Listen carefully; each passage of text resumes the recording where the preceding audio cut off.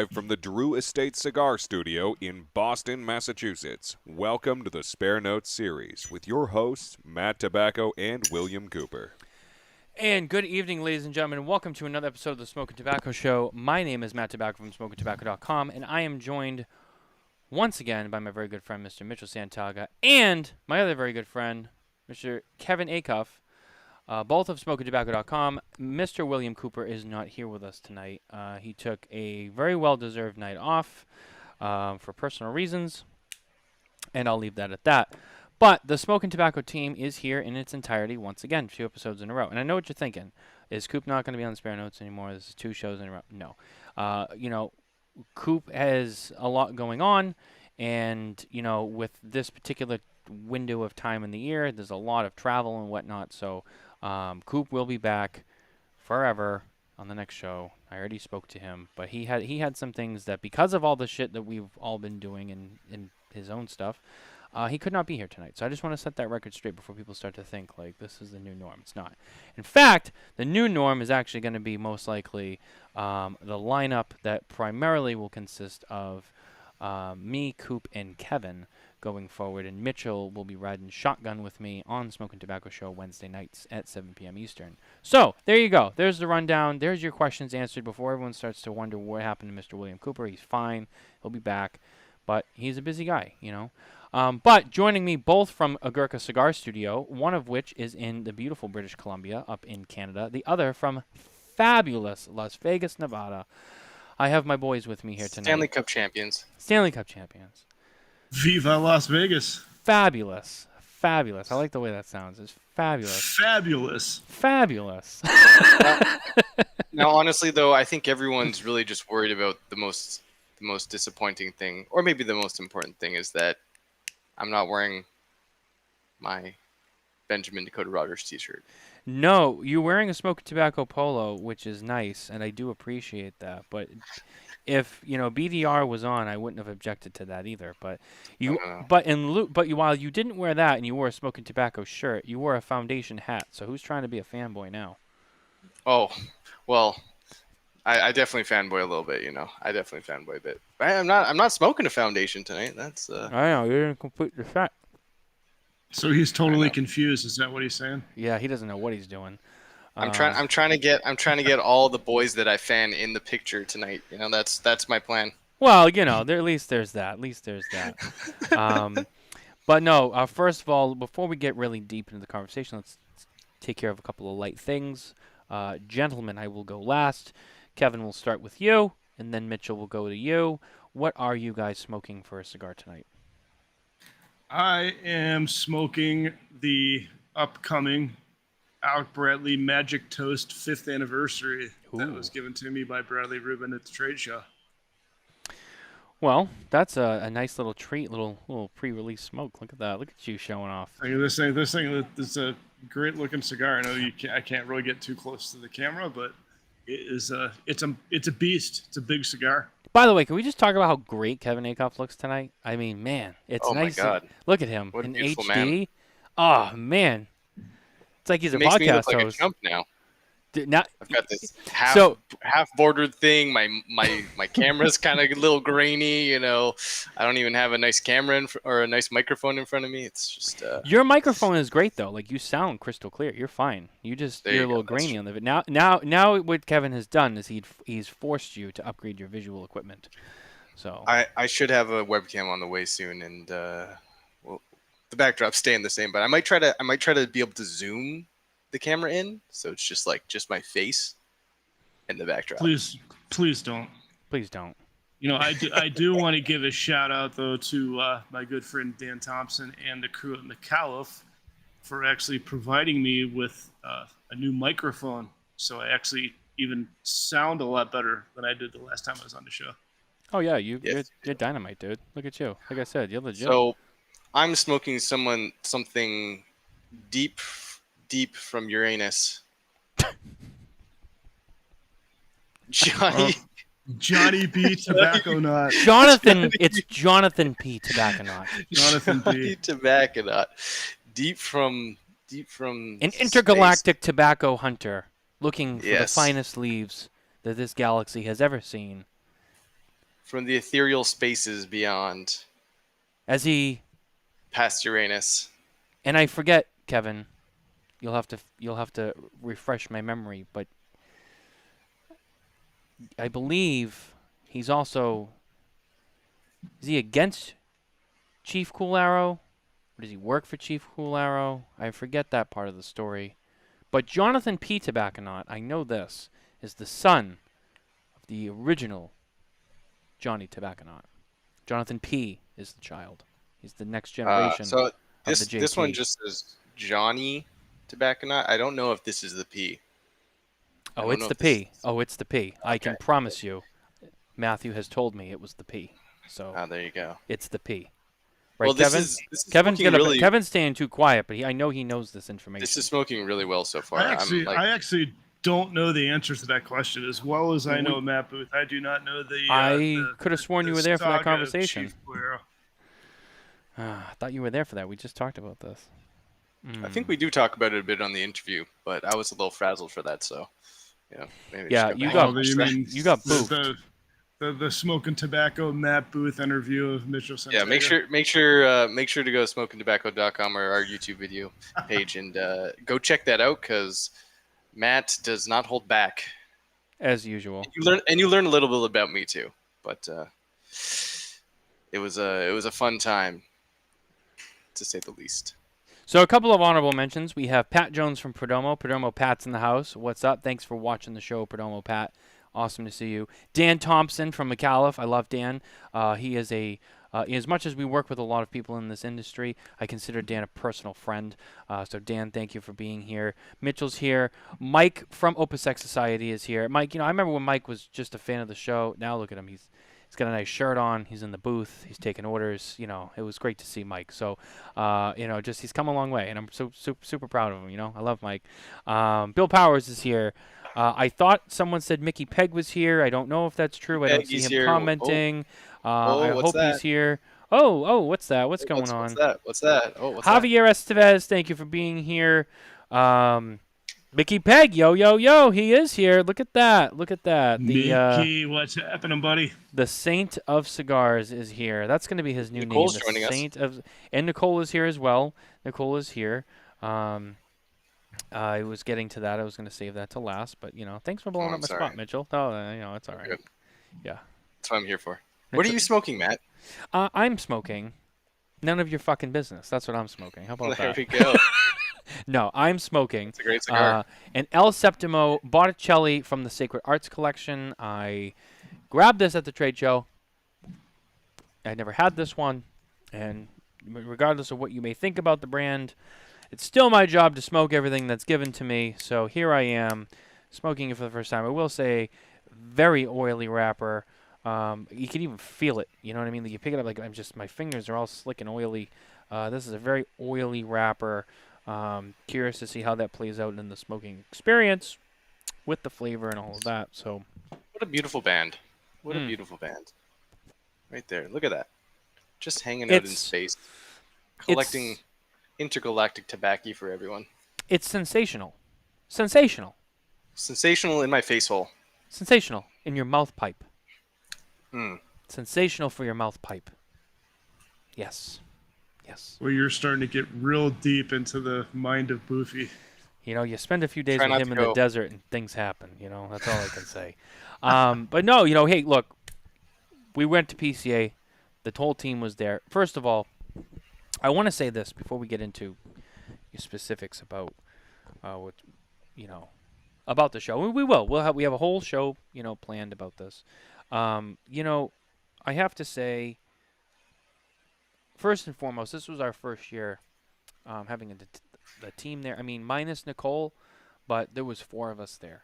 My friend Matt came along to kind of fill in for Nicole in terms of helping me film and stuff.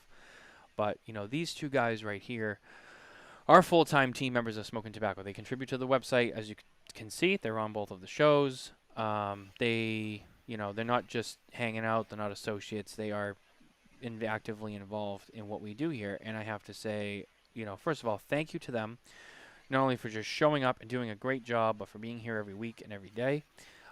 It means a lot to us. I'm also incredibly proud of them. They did a great job. You know, the way that they cover the show floor. I just want everyone to know this was their first time on their own covering the trade show floor. People make mistakes. I made mistakes my first year. My coverage, if you go back to PCA 2021, my first trade show coverage, I really went full at it. Yeah, I mean, it's not perfect, but, you know, you give them another year or two, they're going to be magic. I mean, you know, it's all a learning curve. There's a little bit of nerves there. I get it. My first, excuse me, my very first trade show interview was Michael Herklotz. PCA 21, 10 a.m. that first Saturday morning. I'm at Ferry Otego, meeting Herklotz in person for the first time, and doing it. And it was just like, what the fuck am I doing here? It starts to sink in, like, okay, should I really be doing this? And you get nervous, and you're like, am I gonna be an idiot? Like, how's this gonna go? What if he thinks, you know? And then it just kind of fades away, and you just get dialed in. You do it, and those guys did the same thing. I watched them. I mean, yeah, I knew they were probably a little nervous, but I watched these guys. They covered the floor. They moved. They hustled. They got a lot of stuff done. They did a great job. And I just want to say that the thing I highlight the most right out of the gate in the show is that these guys did a great job, and we truly appreciate it, and we're so proud to have them on the team. So I just want to say that first and foremost, because I think it's so important. I just want to throw that out there. You guys did an awesome job. Now, having said that, let's talk about what you guys saw at the trade show and what it is that you guys covered. We got a couple of different things going on here tonight. I have a couple of gripes. So if you like some negativity and some drama, Well, you're going to get some of that. I'm going to just tell you right now, so don't go anywhere because I'm going to say some shit. We're also going to celebrate some stuff. So there's a little bit of everything going on. But let's kind of ease into it. Let's start with you guys, and then I will get into my shit. But Mitchell, you go first, and Kevin, you can kind of feed in and back up and kind of come secondary with them. But for you guys as a team, you guys went around together. You know, what were some of, and you don't have to give me a set number, but just tell me, like, what were some of the things that were most memorable from the show floor, products you saw, people you saw, booths you saw, just the things that happened that you think were the biggest highlights of the trade show? Because I think that's, you know, the first and foremost, that's the thing we should talk about first. okay, so on the show floor, products I like the most. Again, like a lot of people have been saying, there wasn't like this huge amount of brand new product like we may have had the year before. There was a decent amount of new stuff. But yeah, again, as we even mentioned before, the United Cigars, Atabey Black and Alfonso Gran Selección, I'd say those two were up there in terms of what I wanted to try. For and sure. Very impressed with packaging, presentation, everything. I was actually much more impressed with the Foundation Mitapa when I got there than what I thought I would be, and I'm very excited to try that. I've got a sample kind of waiting for me there. And then, yeah, I think those two were some of the better ones. I think in terms of really fun interviews, for me, the Howard G booth was really fun to be in with Ike Taylor and Leon Cersei. Just their vibes in Howard G, they felt really welcoming. They were super fun to be with, and I really enjoyed their presence. And Howard was presenting a brand new cigar for golfing. So again, check out our interview with Howard G Cigars to see the I think it's called the Front and Back Nine. I think that was the name of it. But that booth was just super fun to be in for sure. And then I'd say an interview for me that really stuck with me, that kind of, I don't know, I feel like they didn't get enough coverage in it. It's whether for whatever reason, but Hoot and Young, just being in the presence of Hoot and, you know, Black Hawk Down being such a huge part of like my upbringing. I probably watched the movie like 6 times as a kid, and meeting the actual person who was part of that mission, and, you know, the lives he's affected, all the lives he's affected through all the missions he's done, and being able to talk to him and shake his hand and get a cigar from him was like, I almost cried, but I didn't cry. You know what I mean? That it was like, it was almost that. And I'm not even American. Like, you know, it's like I'm Canadian. It's like this is to do with American stuff, and it's still just amazing to be in the presence of a person like that. I So will I think say, that was if I may interject for a second, because I think this is very important, and this is something that on a personal level I hold very near and dear to me. It's because it's how I was raised. And I don't care, this is not a political thing, all right? And I don't care if you disagree, if you agree with me. It's not even about politics. But when it comes to the military, I mean, they're number one. You know, it's I have a lot of respect and appreciation for those people. I did not, unfortunately, get to spend time at that booth, but I'm very happy you did, and I'm really yeah. happy that not that it matters, right? But like you say, you're a Canadian, right? But that doesn't even matter. But the fact that you still have We're that allies and that that we're that very sense connected. that sense of respect and the appreciation for who he is and what happened. Yeah. That means a lot. And I hope to have them on the show, so we can have Same. that conversation because, and I know even Carney was on with Lito Jr. the week before, and his parents, he grew up in Lincoln, Maine, and that's where his parents live, and so he's been staying up there, and in his town, one of the fallen soldiers from that mission was from there, and there's a statue of him there, and he said before the trade show, he's like, I really want some of those cigars so I can bring them back to this town and I can smoke them and I can give them to some of the people who knew him. And I was like, and if anybody knows how patriotic John is, I mean, Yeah. it was just so that is a very special story. And I always thank the troops whenever I see one, and I think tonight I'm going to say it again. We thank all of those who serve in the military, because we don't get to have what we have without them. And I've been to some places and I've seen some other countries, and I know how it can be. So I think it's just very important to say, and I don't mean to interrupt, but I just wanted to say that. No, for sure. And like I said, I think at the end of it, it was amazing meeting all of these wonderful people in the cigar industry, and creating bonds beyond that. But that's one that I keep telling the average person whenever they're like, "Oh, how was your Vegas trip?" And I was like, "Dude, have you ever seen Black Hawk Down?"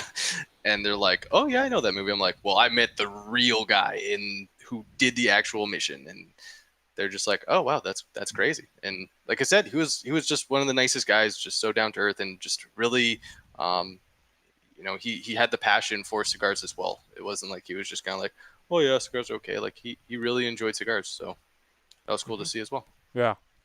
Yeah, very Yeah, cool. that was a very humbling interview when we went to that booth. It's just to hear him talk and his input on the movie and the truth and everything behind the movie, and how it aligned with what really happened. It's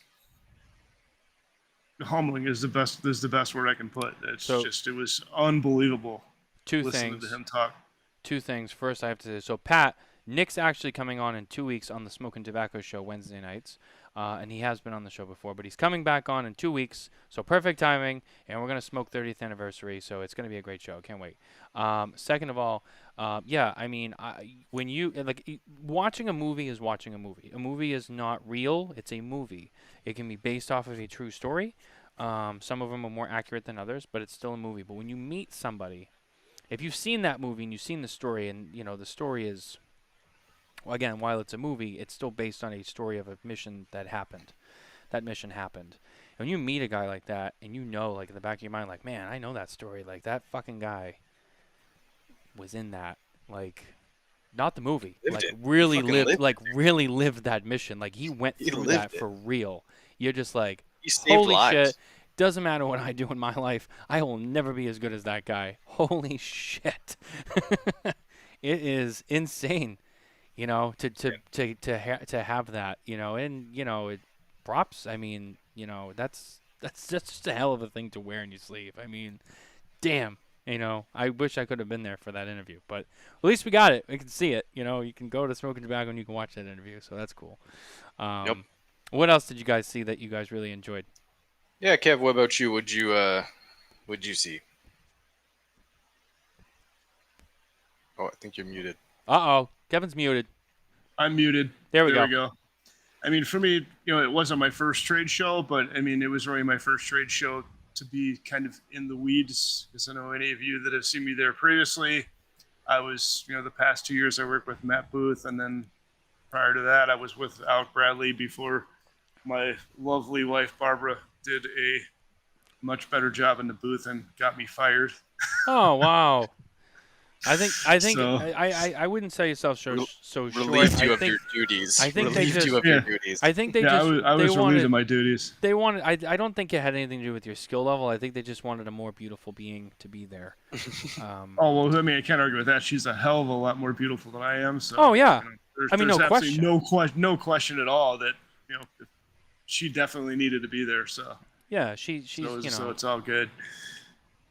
But anyway, But for me, the just the overall vibe of the show, it's just talking to these manufacturers and everybody seemed upbeat and happy with the traffic flow, I love you, Barbara. happy with the releases. Probably one of the ones that kind of struck home to me is the guy that showed a lot of excitement was Miguel Chodell with Crown Heads. I mean, Right. I don't know if there's anybody out there that's like more enthusiastic and excited and, knows all the details, and it's just boom, boom, boom, just, give you all the information about the new cigars that are out there and just the excitement level. I mean, even if you didn't know Crown Heads or didn't know Miguel, you can't leave that booth without being excited. The shop owner, well, I'm going to go buy 10 boxes each of those and bring them into my shop because, this is just, he's an amazing guy and, makes the product sound phenomenal. So Yeah, now the Crown Heads had a couple of new things that they showed off at the show. One of which I know was they'd brought, I believe it's their PCA exclusive was a version of the Le Patissier, if I remember correctly. correct. And then they brought, did they bring their new Four Kicks Mule Kick to the show? Yeah, and that was interesting. It was actually the first time ever that Mule Kicks has been at the PCA Trade Show because it usually is released prior to the show. So Like that Las was one of the neat Calaveras things that Miguel had said, that, hey, this is cool. This is the first time it's ever been here. And there was a lot of excitement about that. And it's a new blend. Now, So- and then they brought a new line altogether, I believe, to the show. Is that correct? La Vereda. Leverada. Mm-hmm. Yeah, and that's a cigar. It's got a Connecticut, it's got a broadleaf wrapper on it. They've been doing a lot with broadleaf lately. They got broadleaf on that. They got broadleaf on I'm sorry, this that year. one's a shade grown. That is a Nicaraguan shade grown from Jalapa. Ah, okay. I was That's gonna say. aged 5 years. Yeah, I've got my cigars crossed. Yeah, that one was the shade grown Nicaraguan wrapper from the Jalapa region, aged 5 years before it's rolled. 'Cause I was gonna Yep. say they put a Connecticut broadleaf on this year's Las Calaveras, which I still haven't gotten yet, but I believe they've shipped this week, or they shipped a few weeks ago. Did they put a broadleaf on the Four Kicks Mule Kick? They did not. I don't know don't why. think I don't know this why one- I thought this I one- did. I don't know why I thought The they did.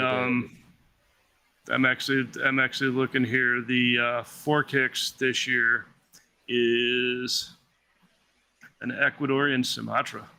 Oh, okay. And then for the first time ever, it actually has Dominican tobacco in it. It has a Dominican binder and it has Dominican filler. That's right. I remember that. Yeah. So I mean, once again, Crown Heads, really cool releases coming out right now. Just all around.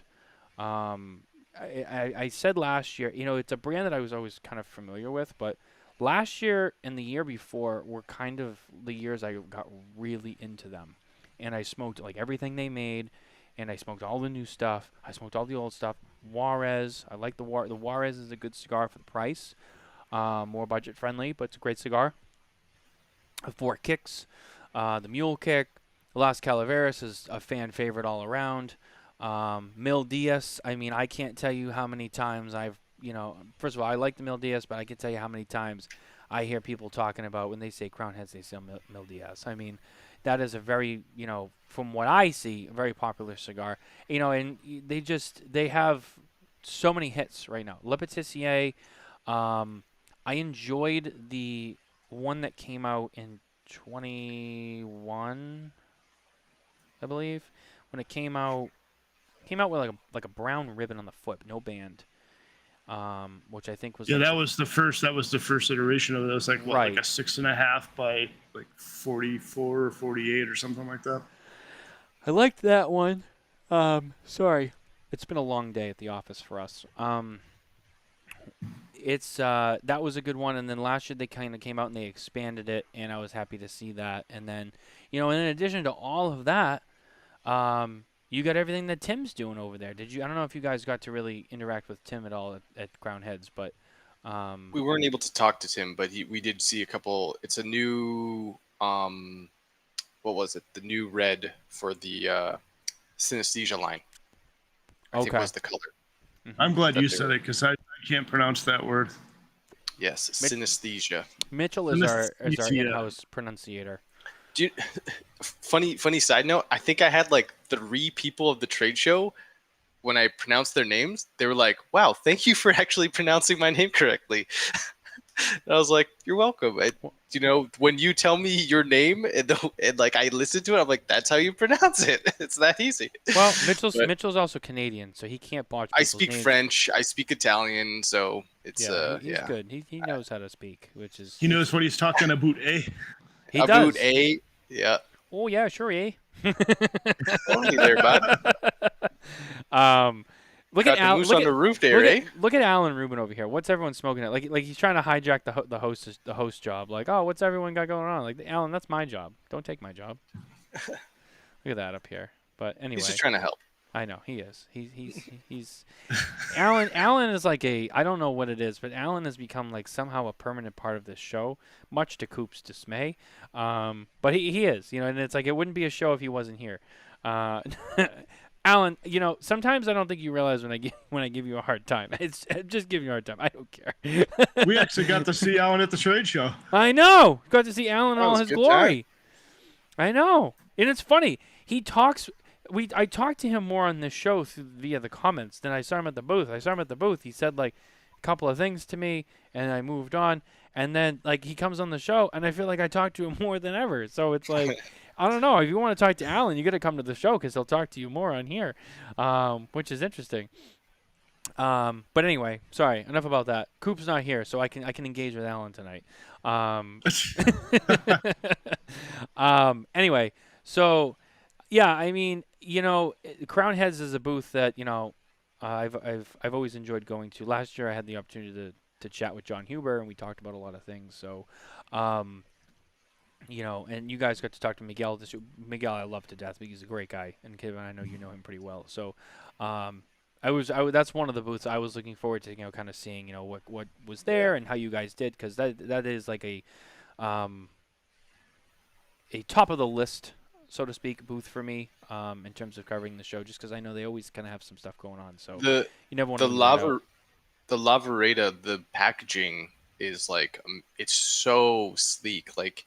It's got this really, really high-end look to it that I don't think a lot of the Crowned Heads lines are very playful in nature. Like a lot of them have some form of like theme to them, and they tend to be colorful and playful. And this one is just like black and gold. It's so sleek, coming out of Ernesto's factory. Like I can't wait to try it. I have a sample.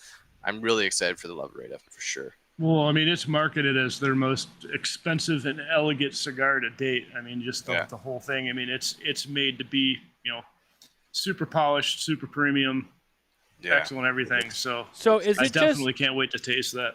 Is it just me though? And maybe this was kind of done intentionally. And I don't know if you guys know where I'm going with this. And if you do, then you already have confirmed my suspicion is true. But when I look at that cigar and I look at the band and I look at the V, what do I see? It looks like Figuero's. There it is. Yeah. So it's not just me. It's not just me. No, of course. It looks like a direct homage, as you could say, to the Cuban brand Figuero's. Yeah. For sure. Which I'm not complaining. I think it's great because there's going to be people who recognize that, and then they're going to see that cigar, and they can't get Figuero's, so they're going to buy that. And I think that's part of it is like the Figuero's line has a little bit of that elegance look, but this kind of brings it to the next level, right? I think, in my opinion. So, and it's not like the name is not similar. The blend is obviously not going to be similar, but yeah, it does like a lot of New World brands do take take pieces from the marketing of Cuban brands and again kind of almost give homage, like a lot of Crown Head stuff give homage to many other things, music, Which and is one stuff of the like things that. I love about Crown Heads is they do Yeah. so many There's always homages. Yeah. To Well, their other fresh things. pack, this year from the Juarez line. Yeah. They have it's Parade of Bulls. Yeah.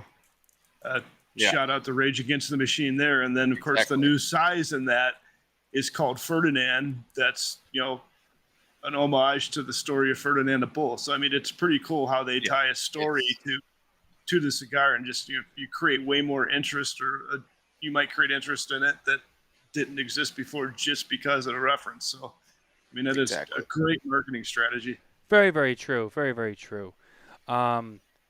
Moving on from Crown Heads, not that I wouldn't want to talk about them all night, but we got to move on to other things. Kevin, is there anybody else that was really high on your list before I kind of jump into what's next? There was one more, and it was actually a small booth. And ironically, when we went by to interview him on the last day of the show, they had just dropped off. This Wildfire Cigars. Oh. He actually won best in show for small booth, and I mean, just talk about a simplistic booth. I mean, it was picnic table with little animal statues, a couple plastic trees, and a travel trailer just like full of stuff. Full on camper, just a literal full on camper. So good. Yeah, And it was just epic, and just to walk up, to interview him literally just after they dropped off that award. The emotions there and everything was super high, and it was fun. I have yet to smoke the cigar. I know he has history, I believe, with Caldwell, if I'm not mistaken. So it's going to be real interesting. I've heard great things about the cigar, and I can't wait to try it. So now, I don't know if you remember, but I have a video of him. How do I say this?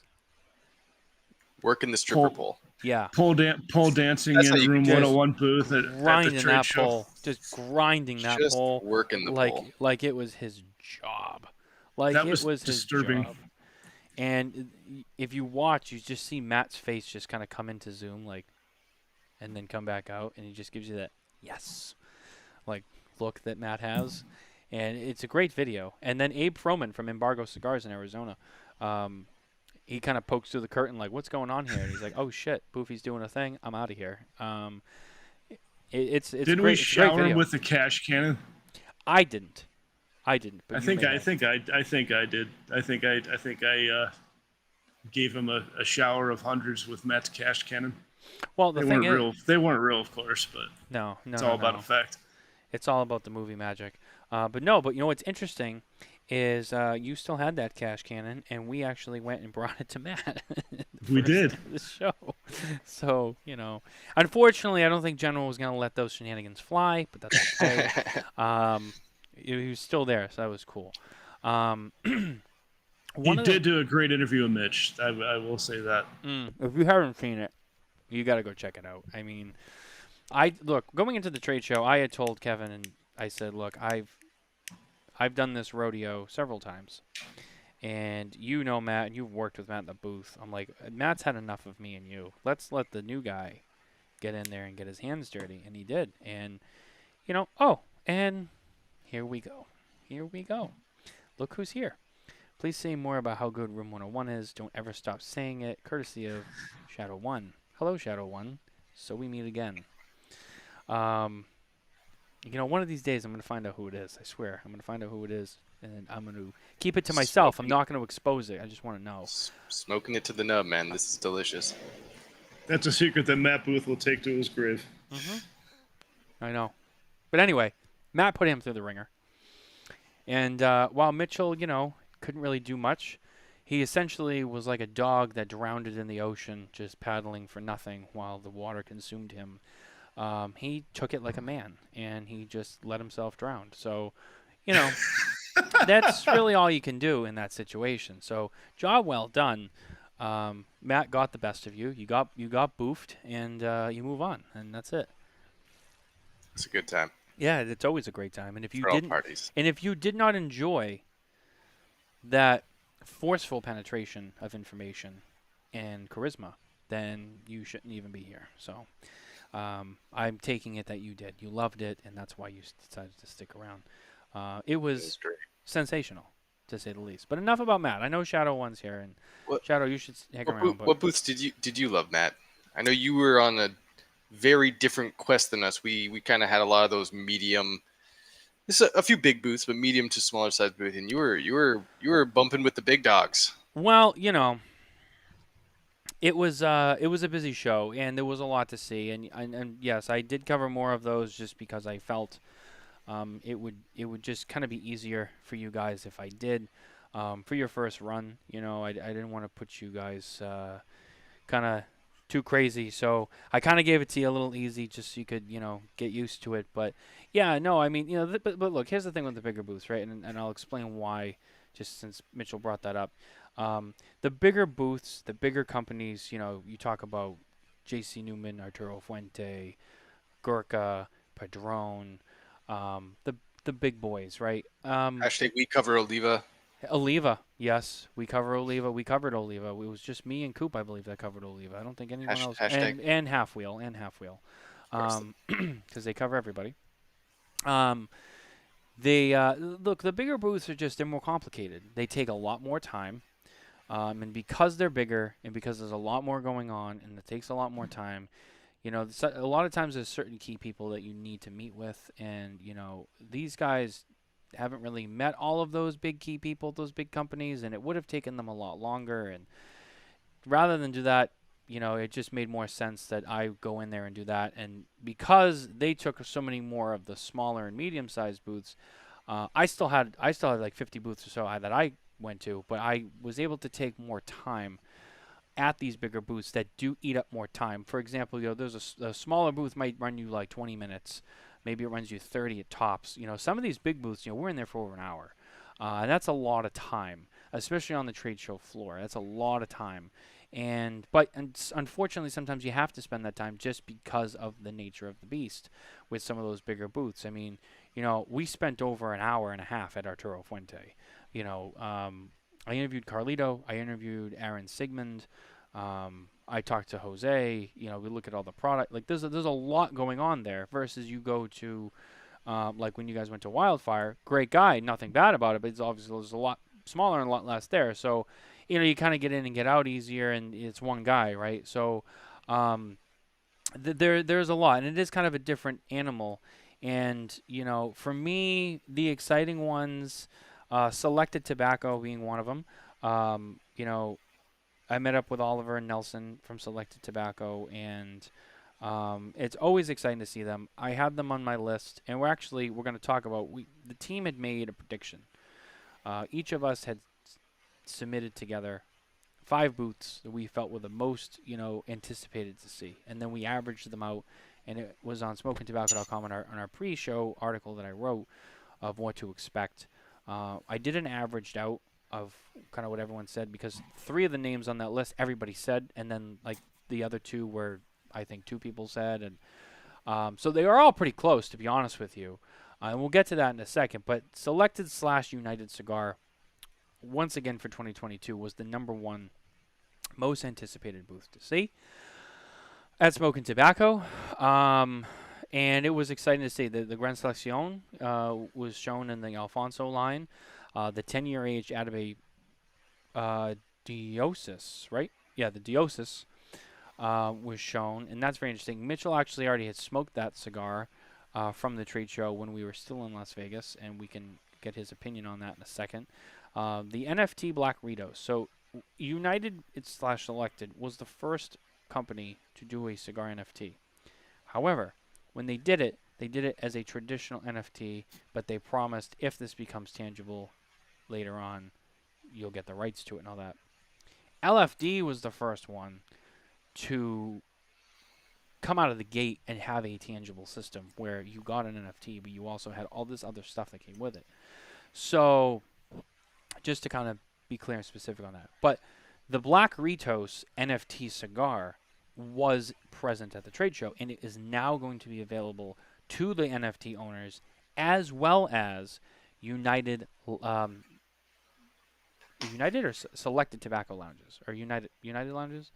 the key lounges. So not just a United retail, anyone who has a United branded lounge, like the Atabay Lounge, the Byron Lounge, a Red Anchor Lounge, those people will get it as well. So very exciting to see that, and obviously very excited to try it. Now, what I will say is, and actually, let me back up for a second. So on the Atabay Diosis, the 10-year aged, Nelson's Atabays go through a post roll of 5 years. So what he did was, is he decided, let's take this particular one. They took a small amount of them, and they said, let's just let them sit another 5. And it's a one-time run deal. From what I understand, there's not more coming. This is something Nelson did almost as an experiment, and then he had the cigars, so it's like, well, let's sell them. But this is really all they have. So this is really the first and only time that there's this 10-year age product from them. I have not smoked it yet, but I know Mitchell has. And Mitchell, if you want to provide us with your thoughts, I don't know what you thought. Did that extra 5 years of age, how much did it change for you based on kind of the other Atabays that you've had in the past? Was it a noticeable change? Was it a subtle change? Because I know you're the only one I know that's really smoked it. So Yeah, from my take of it, again, I assume they're doing their aging in what they do most of their aging in, which is their special cedar rooms with multiple different cedars where they go high and low. They might not do the whole humidity thing while that extra 5 years, but it's probably in those extremely my guess rooms. is the process is entirely the same. He just extended Yeah. it. But you're right. Who knows? Maybe Who he knows? didn't do that. But I assume it's in the cedar room. There is definitely, I'd say, a deeper, richer complexity within the cigar. One of the things I really liked about the original Atabay is it does have, to me, like a lot of natural sweetness to it. That falls a bit to the background with the more age, but there is definitely more complexity within the woody notes, and the retrohale as well becomes definitely more complex and a little bit deeper in notes. That's what I noticed. Strength wise, still pretty similar. I wouldn't say it like became like so light. Like it's already a pretty mild to medium cigar. So yeah, that it's is it better or worse? It's different and depends what you're looking for of the cigar. The Atabay is already an amazing cigar, one of my favorite Connecticut shade wrap cigars. So yeah, if you're looking for a bit more of a complex and to me slightly richer experience, the Atabay 10-year offers that. But to trade off, you kind of get a little bit less of the sweetness, but it's still there. So that's what I found. What's interesting to me is they're also charging the same amount for the 10-year aged versus the standard 5-year aged Geosis, which is crazy because you would think, oh, such an older vintage, right? Such a it's a longer but no, they charge the same. You would think they would charge more, but they didn't. So first of all, I'm impressed by that, and props to them because hey, anytime you can pay less money is great. But yeah, and the other thing too is remember the longer you age cigars, I mean, in theory, you could keep cigars, provided they're in the right environment, and they're well treated and all that, and they're properly humidified. Yeah, I mean, you can keep cigars almost essentially forever, right? You still got people out there who are smoking pre-embargo Cuban cigars. What I will say though is, while probably not as extreme on a 10-year age cigar, but remember the longer you let them sit, I mean, the more and more and more they're going to just continue to mellow down and mellow out. The nicotine strength starts to slowly go away. You know, personally, I feel like when you have aged vintage cigars, 5 years is a great time. 5 years Yeah. is a lot of age for it to really round itself out and get perfect. But then it's also like at that point, I mean, it's ready to smoke. I mean, in smoking, it's going to be perfect. And then the longer you kind of go after that, I mean, not that the cigar will suck, but you will notice the longer it goes, you'll just lose a little bit more depending on how much further it goes. So, like I have some Byrons in here that in my personal collection, Mitchell, I gave you one that Delicious. are from the 2019 release.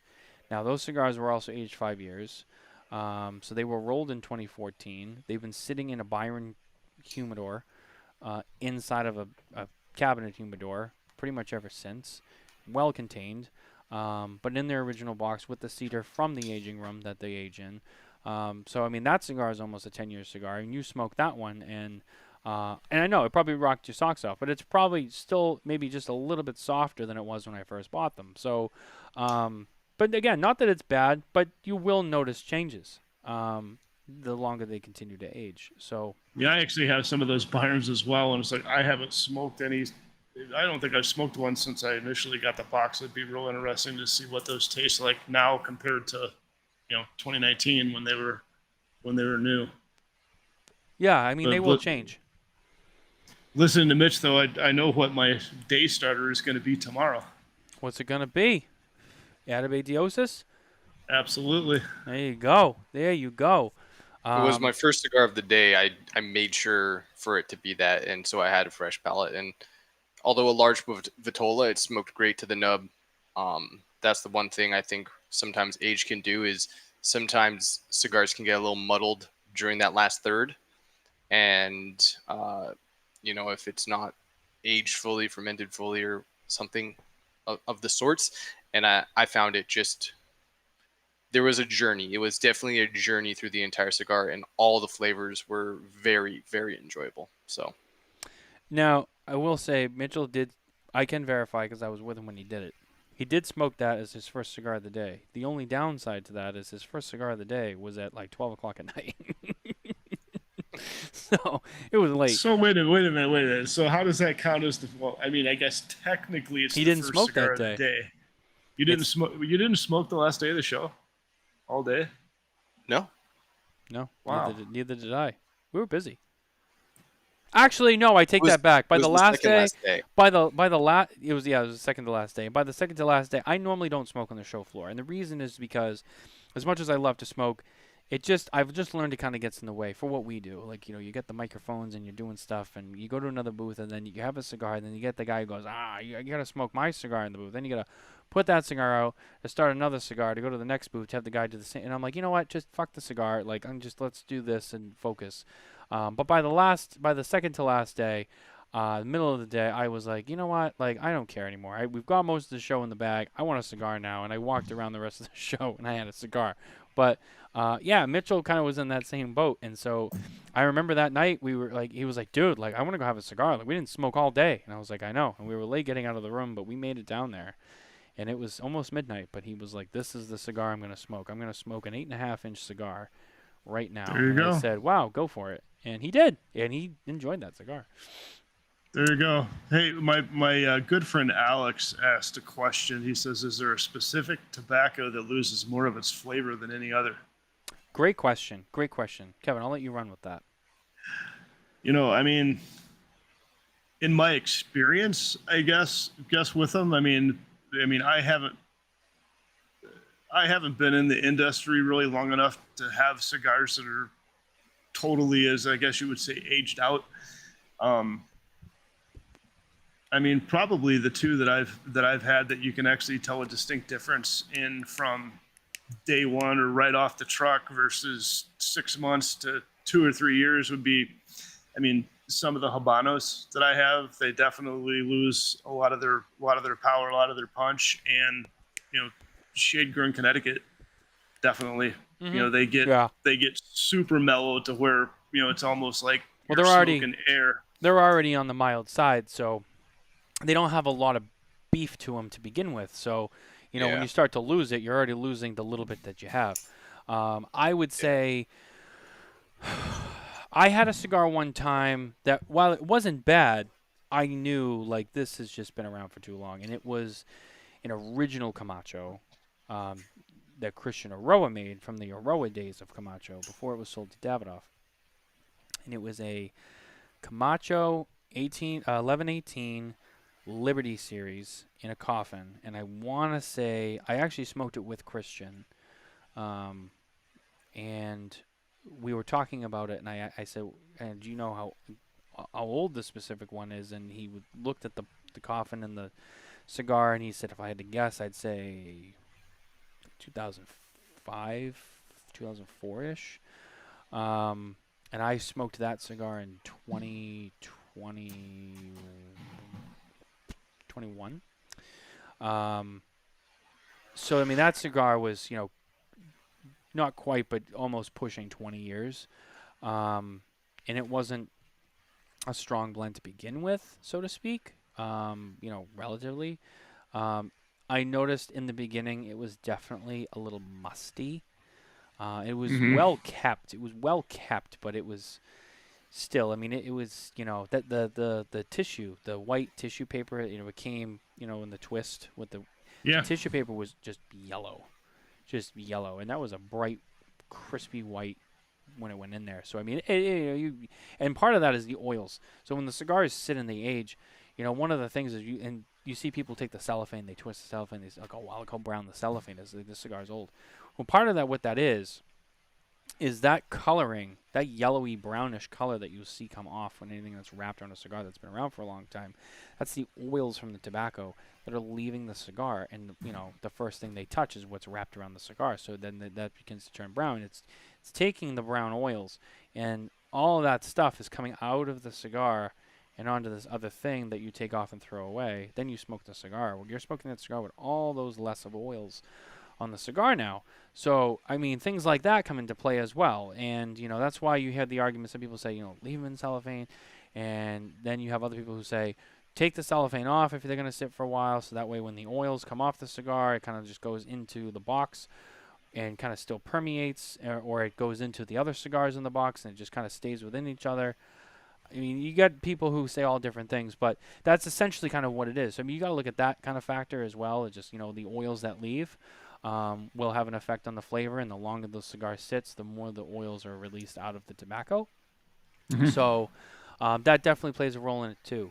But yeah, no, this is it's very interesting. I mean, all around, we could do a whole show on this. I was gonna say we could do a whole show on that topic, and it's like where it's hard to say. I mean, in my opinion, you have to have smoked it originally and then smoked it aged out, which I mean that limits my experience with a lot of them because I've only been around for about the past 7 years. So yeah, and I had never smoked that Camacho Liberty back in 2005. I was 10 years old, at 11 years old at the time. I was not smoking cigars, so I don't know. I only got to smoke a cigar that had been sitting around for almost 17 years, and then being like, oh wow, this is cool. So you're right, Kevin. That's definitely valid. To really know the difference, you have to have smoked both. But even if you haven't, if you've been around and you've smoked enough of them, and within time, some people will, on those cigars, and some of them are better than others. And again, a lot of it has to depend on how they were kept during that entire time. But you can usually kind of just taste it and know, like, oh, this cigar is old just because of the way it tastes and the way it performs. So very, very interesting. If you ever get the opportunity to smoke something like that, I implore you to just do so, regardless of whatever the cigar is. I mean, hopefully it's a good cigar to begin with, but just try it, just so you kind of know what a really old cigar tastes like, because it is. It's a cool thing to kind of just have in your palate. So one of the things I want to hit on is, as I mentioned before, we had all submitted 5 booths that we were most anticipated to see. I'm going to start with Kevin, and then we'll go to you, Mitchell. And I just want you guys to talk about, remembering back to what those 5 cigars were. The 5 booths were, rather. Oh, wait a minute. Now I got to go find my list. Oh, here we go. See, I mean, show prep. I think you can go to Mitch first, because I actually don't remember exactly what I said, so I got to... Mitchell, I don't remember my list either. Oh, you guys don't remember? Well, that's a shame. Well, I will go first. So, the 5 that I had, and I was going to say, remember the 5 that you had, and then did they live up to the hype? So for me, as I said, the first one was United, and I think we've already clearly covered that. And just for the sake to save you guys time, they both had United as well. So that one's already out. The other one I had was DTT, and I'm pretty sure that both of them had DTT as well. Steve Saka came to the show this year, and he had a lot of stuff. So let's talk DTT. I hit the DTT booth, but these guys kind of know what happened there. Yep. First of all, 2 unicorns. And these 2 unicorns are outside of the standard unicorn blend that he uses. And he did a unicorn in Mi Querida Black and Sober Mesa Blue. and they each came in a set of 10, which I believe Saka said is actually going to be trimmed down to a set of 7, if I remember correctly. Instead of the 10 count coffin case, it's going to be 7 for both of them.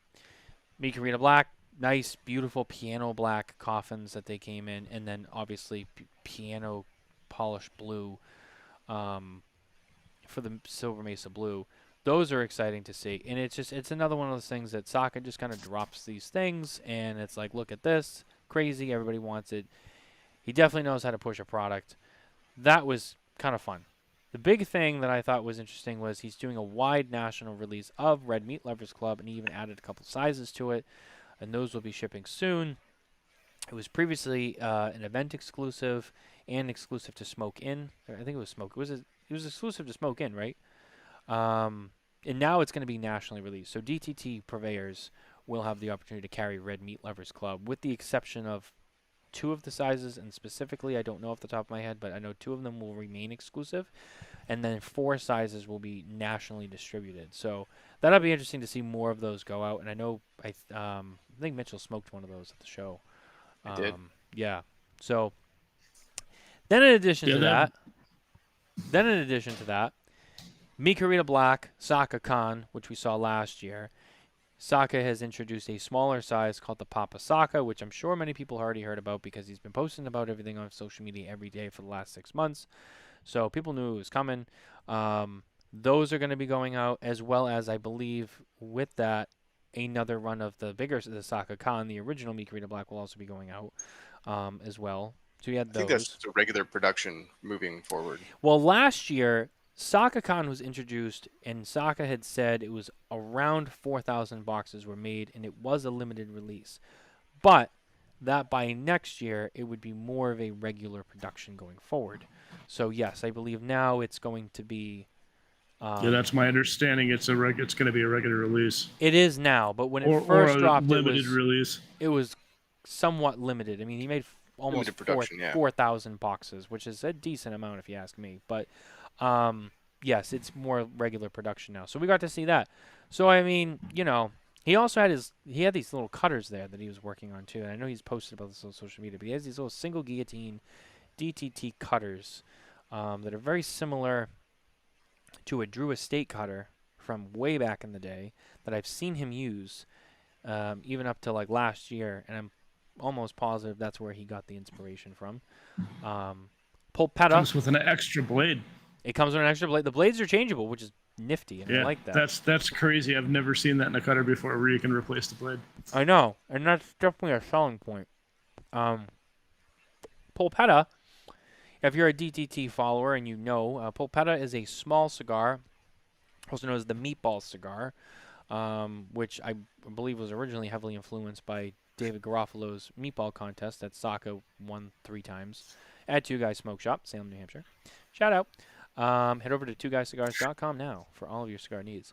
That's the number 2, guyscigars.com. That is now becoming a regular production that's getting a full release. I believe it's in 20 count boxes. The boxes were cool, like blue with a gold lettering on them. They're awesome. But in their place, so those are no longer the event exclusive cigar. And now he has 2 Micarita in more of an A-style format in a twin coffin that are now the kind of the replacement as the event exclusive Dunbarton cigar, which, if you ask me, when I see Saka release, 2 A-length cigars in a double coffin, with a dark wrapper, I start thinking about, only at events. Gee, that sounds very familiar to another company that he used to work for.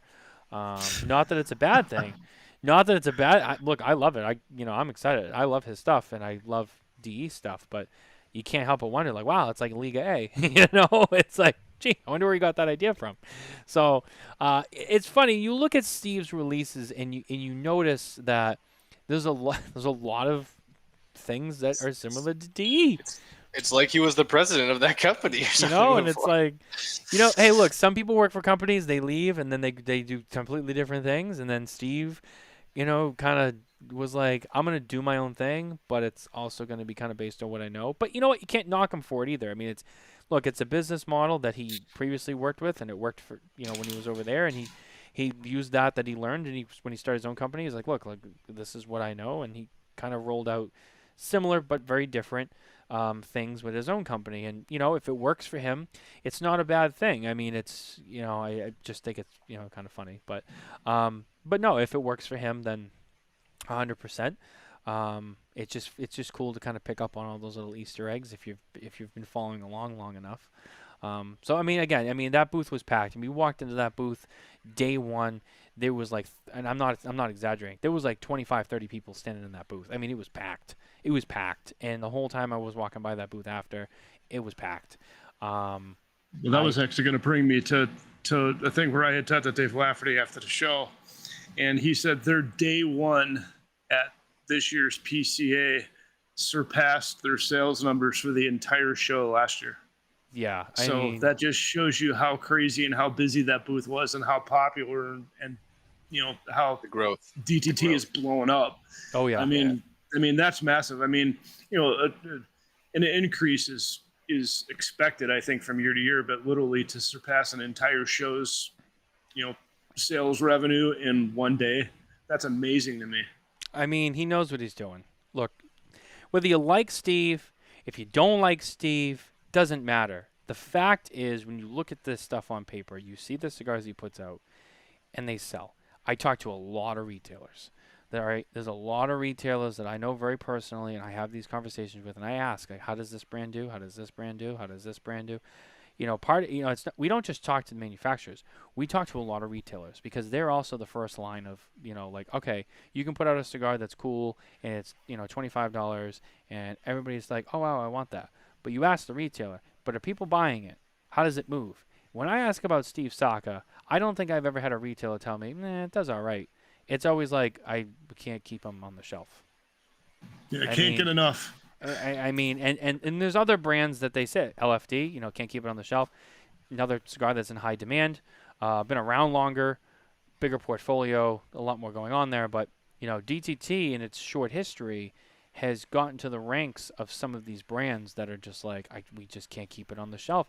I mean, Saka Khan shipped to retailers, and I know several retailers that got it, and it was gone within the first few hours that they received it in the building. It was just gone.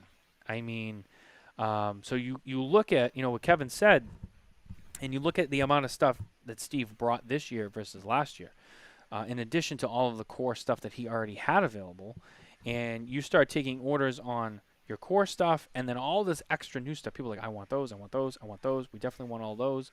Give me all the sizes. It's very easy to see how someone could do something like that, when he has all this ammunition, so to speak. And he markets himself really well. He goes on social media. He hypes it up. Some people love it, some people don't. But the fact of the matter is, he did what he did. He does what he does, and that happened. And that's a win. That's a win for DTT. They're growing. They're on the rise. And another 10 years, who knows? Who knows where that's going to be? And I can only imagine. If he keeps going. I expect to see them in a bigger booth at the next trade show, and if not next year in Vegas, definitely when we go to NOLA in 25, I expect to see him in a bigger booth because he literally is outgrowing where he's at. Yeah, he definitely has. Hey, don't talk about Steve's size like that. He's a beautiful man. Well, that booth is getting tight. He's getting so popular that you walk in that booth, there's just no room to move around. So, yeah. Yeah, he's also going to drop another holiday blend in the Stillwell Star for 2023. I actually was able to sample a smelling of some of the pipe tobacco that's being used, and it's a little bit different. The first year was very warm cinnamon sugar, almost like fresh cookies out of the oven. Last year's similar, a little more sweeter. This year's was very fruity, a lot of cherry and raspberry, fruity sweet forward on the nose. So again, I'm very excited about that. That Stillwell Star line is interesting. It's different. I don't think it's the first time it's that whole pipe tobacco has been played around with, obviously, but Steve's just kind of gotten it down to his specific format that really works, and I think it's a product that obviously works because every retailer I know is also sold out of all of those. I mean, the holiday ones came in last year, and I tried to get one, and I waited one day. I called my retailer. I said, hey, by the way, they're already gone. I'm like, that's it, they're gone. I'm like, well, fuck Just me then. snooze, you lose. Yeah, I mean, you can't argue with that. You can't. So if you don't like the cigars and they're not for you, that's one thing. But I mean, you can't argue with the fact that other people are buying them. So I mean, that's another one that on the list. I think almost everyone had, and it lived up to the hype. The next, I found the list. oh, you did? Okay. I did find the list. What do you got? So I had Tatuaje, Aganorsa Leaf, United Selected, DTT, and Perdomo. Okay. Mitchell, Yeah, you I had United, you had DTT, Epic, Tatuaje, and Foundation. yep. So we covered United, we covered DTT. The other one that we all had on our list, including me and Nicole, was because Nicole also put a list together, and hers was also very similar, and I can't remember what her differently. It's almost like everyone had three of them the same. Probably Tat. The fourth one was, I think, almost the same. There was some slight difference, and then everyone had like a different fifth one. And I can't remember what Nicole's list was off the top of my head, but I remember that her list was mostly the same for the first three as well. But Tatuaje, with the announcement of their NFT, plus a couple other things, and even more that we didn't even realize until we got to the show. First of all, the big thing with them is their NFT, right? Oh, that's right. Nicole said Forged. Nicole's other one was Forged, which is also an interesting one for several reasons, and we'll cover that in a second. But Tatuaje had, right before the show, unveiled that they're finally releasing their Anarchy NFT that they're doing with Abe from Smoke Inn, which is crazy and it's cool, and we got to see it, and it's badass. The humidor is a giant triangle, folds down. It's awesome. You guys are going to love it. That obviously brought a lot of attention. After we saw what happened with the LFD NFT last year, seeing someone else kind of do something similar, slightly different, more pieces to it, but, almost on the same idea. It's like, all right, well, we know how that one went. Tatuaje is another one of those brands with a cult following. There's going to be people who go for this, right? It was cool to see.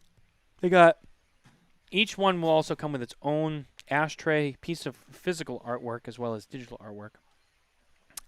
A line 2, an SD DuPont line 2. So there's one of one line 2s coming out, which is insane to think about. And a Zycar perfect cutter that's also unique to each NFT. So there's a lot more pieces with it, which was cool to see. And you guys, I know, got to see it because we were at the Tatuaje booth a lot during the show. Because we had somebody who worked at that booth who we were commonly seen with. So Yeah, imagine that somebody that might be related to. I know. I was trying to be low key about it, but brought us there. So. Barbara worked the booth, so we were there a lot. But no. So you guys saw it. I mean, it's one of those pieces that stands out. But then in addition to that, and that alone brought in a lot of attention. But then, Pete's also celebrating, as well as my father.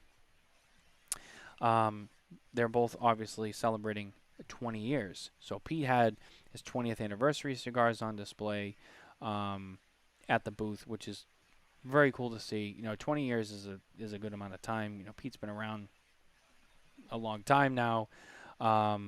He also recently celebrated his 50th, and I remember. I didn't see anything about that.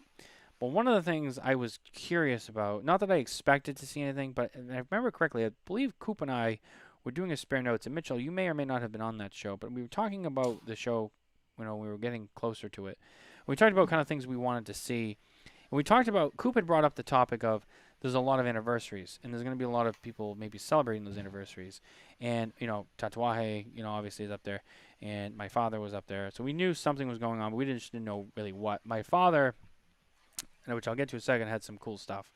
But Coop, I remember mentioned, Pete just turned 50 within the last year or so, too. And he said, I wonder if, Pete's going to do something for his 50th birthday. Because, I know, Skip Martin, for example, did with the, and I can't say it, and I bet you Mitchell can. Is it the King Quagenario.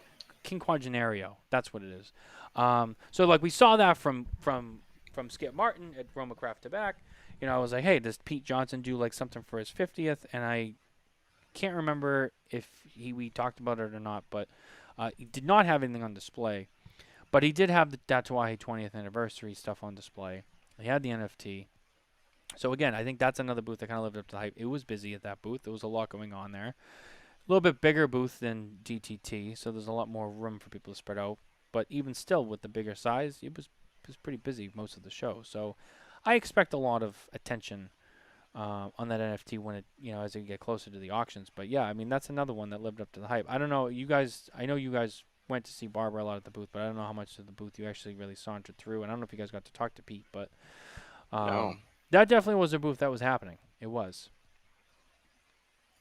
So I would. Yeah, it's always good. I mean, Pete always has a lot of traffic in the booth, and I mean that was definitely the story of the day, really. I mean, he was super busy in there. Yeah, So. and then you go over to my father, which we presented them with the Factory of the Year award, and I was fortunate enough to do that with 3 generations of the Garcia family. Don Pepin, Jaime, and then their 2 kids were at the booth too. And so my father is doing kind of something similar to Fuente Padron. There are 2 different humidors, 4 different cigars total. All right. Now each humidor is going to have a cigar that's going to be Tatuaje blended by Pepin, and my father blended by Pete. And then there's another humidor, same situation, just 2 different blends. So if I remember this correctly, there's 2 different humidor sets, but 4 different cigars across the board. It's not like there's 2 different humidors with the same cigars. That's going to be coming out, and that's part of their 20th celebration. They also had on my father 20th anniversary cigar with a humidor that's coming out. The humidor is made by Ellie Blue. I think if I heard correctly, that humidor that comes with the cigars, I want to say it was around $16,000 MSRP. So yeah, I mean they have some really cool stuff going on too. It was exciting to see both, and once again, they're side by side, so they were right there pretty much the whole time. So yeah, a lot going on there. In hindsight, I should have thought ahead to that, and I would have kind of put my father on the list too. But they were slammed too, and they had that going on, and so far the lists have been pretty accurate. Now, Kevin, you mentioned Perdomo, I believe, right? Yes. Mitchell Yep. mentioned Foundation. So I went to Perdomo. You guys went to Foundation. Nicole had mentioned Forged, which you guys covered Forged. Now let's talk about Forged for a second. So Forged, general. Forged, without the general products, but still general, was at the trade show. Okay? You guys know the saga. I'm not going to get into it. You guys know they're back. So is Altadas, and by way of Hoya de Nicaragua, Drew Estate. So, but Forge was there. And now Forge was there with all their other brands, but they were there with the 2 brands who were at the show last year, Alec Bradley and Room 101. How did you guys feel, outside of Room 101, which we already talked about, talking maybe a little bit more on, how does the feel of Alec Bradley now that they're part of Forged, as well as everything else? How did that booth feel being at the trade show? Did it feel like they were excited to be there? Did they come ready for a trade show? Do you think they kind of threw it together? Like, what was the vibe of that booth? I'll start. So for me, it felt good. It felt like everyone was happy to be there. From Alec Bradley, it was just Bradley, Ruben kind of representing from the family. Alec wasn't there, and Alan Ruben were not there. But yeah, Bradley, we interviewed Bradley, and he seemed super stoked about what was the other news. So they had the Magic Toast, and they had, was it a re-release of a 1 second. Yeah, they're bringing back the pre-embargo. the pre-embargo? Yeah, with a new blend, and then their fine and rare, which is their the new tribute fine and rare. they do Yes. annually. That's so So that's coming they, back. So they had some new stuff, and they were excited. If they I were may, excited. They were if I ready. may- There was If I may for 1 second, Dan, kind of all of it. Like I say booth, but the booth encapsulates the brand, the product, the traffic, all of it. So each booth being all of the pieces to it. But anyway, continue, guys. Yeah. So, and then again, Matt Booth was there showing some new Johnny stuff. The 14th anniversary. I think he had one other new blend. I forget exactly what it was. He had a bunch of products on showcase. They honestly had they actually did have a decent amount of new product. I think there was a new what was the one fully wrapped cigar? I forget the name of that brand. At the Forge booth? Oh, the Los Status Deluxe Maduro. Los Statos, yeah, Yes. I always forget that name. Los They had Statos I'm Deluxe. pretty sure that was a new one too. They had tons of new stuff, and everyone in there was very cohesive. Like, you know, all the different people from each brand were all talking to each other, right? Again, it's Forge representing multiple different brands under one umbrella. Unfortunately, the only person we actually didn't get to talk to was Justin Andrews. Every time we tried to talk to him, he said, "Oh, I'm going to go to a really important meeting." So he just kind of blew us off every time. But Well, I will say, I mean, but I think Justin can be a little difficult to get a hold of. I've always had a he's a very important man. I've always had a good relationship with Justin Andrews, and it's unfortunate that you guys didn't get that. Yeah, Justin, it was more of a funny joke. Justin was very busy during the trade show, and I think Diesel only had one new product showcasing. I think we might have got some pictures of it. I'm not 100% sure, but we really wanted to hit some of those other brands, especially with the fact that, you know, Alec Bradley and Room 101, one of their newer brands, and then the fact that there was multiple other stuff. I think even Partagas had a new line out. So there was lots of stuff we covered within Forge. They were very busy. The booth was slammed the whole trade show, even at the last day while people were taking stuff down. There was people in the booth hanging out, talking. So yeah, Forged, I think they came, you know, I think next year I expect them to have a bigger booth because it definitely felt crammed. So yeah. I will say that though, like just from the onset, we were welcomed with open arms when we went to that booth for the most part. I mean, Victoria grabbed us and literally took us around to each individual rep and each individual, you know, brand and said, "Hey, you know, this is Kevin and Mitch from Smoking Tobacco. They want to talk to you about, you know, blah, blah, blah," and made sure that we had the information that we needed and got to the people that we needed to get to that weren't busy selling cigars. You know, I mean, they were so busy. There was definitely a couple of people that we didn't get to talk to that we just never got to get back around and catch up because they were literally busy the entire show, which is a good thing. You know what I mean? You know, that's one, you know, thing is all of us in the media, or I should say most of us in the media stand by is we're not going to interrupt the reason that they're there to talk to them. No, yeah, and they're there. They got to do business. Exactly. Yep. Yeah, and it's another one of the reasons why I said at the beginning of the show, I'm really proud of these guys because not only did they cover the show really well, but I try to just live my life with the things I do for work. A level of professionalism. It's another thing that I learned growing up is I was in a lot of environments where even as a child and I didn't have a job, I still had to kind of remain professional. And I won't elaborate on that, but just it's something I picked up on from a young age. And so even now that I have my own things, whether it's my regular job that I do or it's this, I always try to remember, like, you know, professionalism and respect of other people and doing things a certain way. And, you know, the fact that these guys were also able to do that, you know, I'm really proud of that and represented the team in a professional way. Because that's a big thing, you know, not interrupting business. And it's something that we've heard. Kevin and I were actually at the PCA press conference, which I can't wait to get to tonight. To say the step out least. for just a second. My circuit breaker tripped on my power strip, and my laptop's about to die if I don't reset it. So I will be right back. Go ahead. But yeah, no, I mean, these guys were really professional. I didn't interrupt business, so I think that's great, and I really appreciate that. But no, I mean, yeah, so the Forge booth, getting back to it, the Forge booth, I had been through it a few times. You know, I met with some of the people there, you know, like Matt and some of the reps that I know and some of the other people there. And, yeah, I mean, it definitely, to me, it seemed cool, but I didn't spend the time that they did. So I'm really happy to hear that, you know, they kind of came back. I got to talk to Bradley for a little bit. Awesome to see him there. He's still involved. Seems like they had a good show. I can't say the same Yeah. for Altadas USA.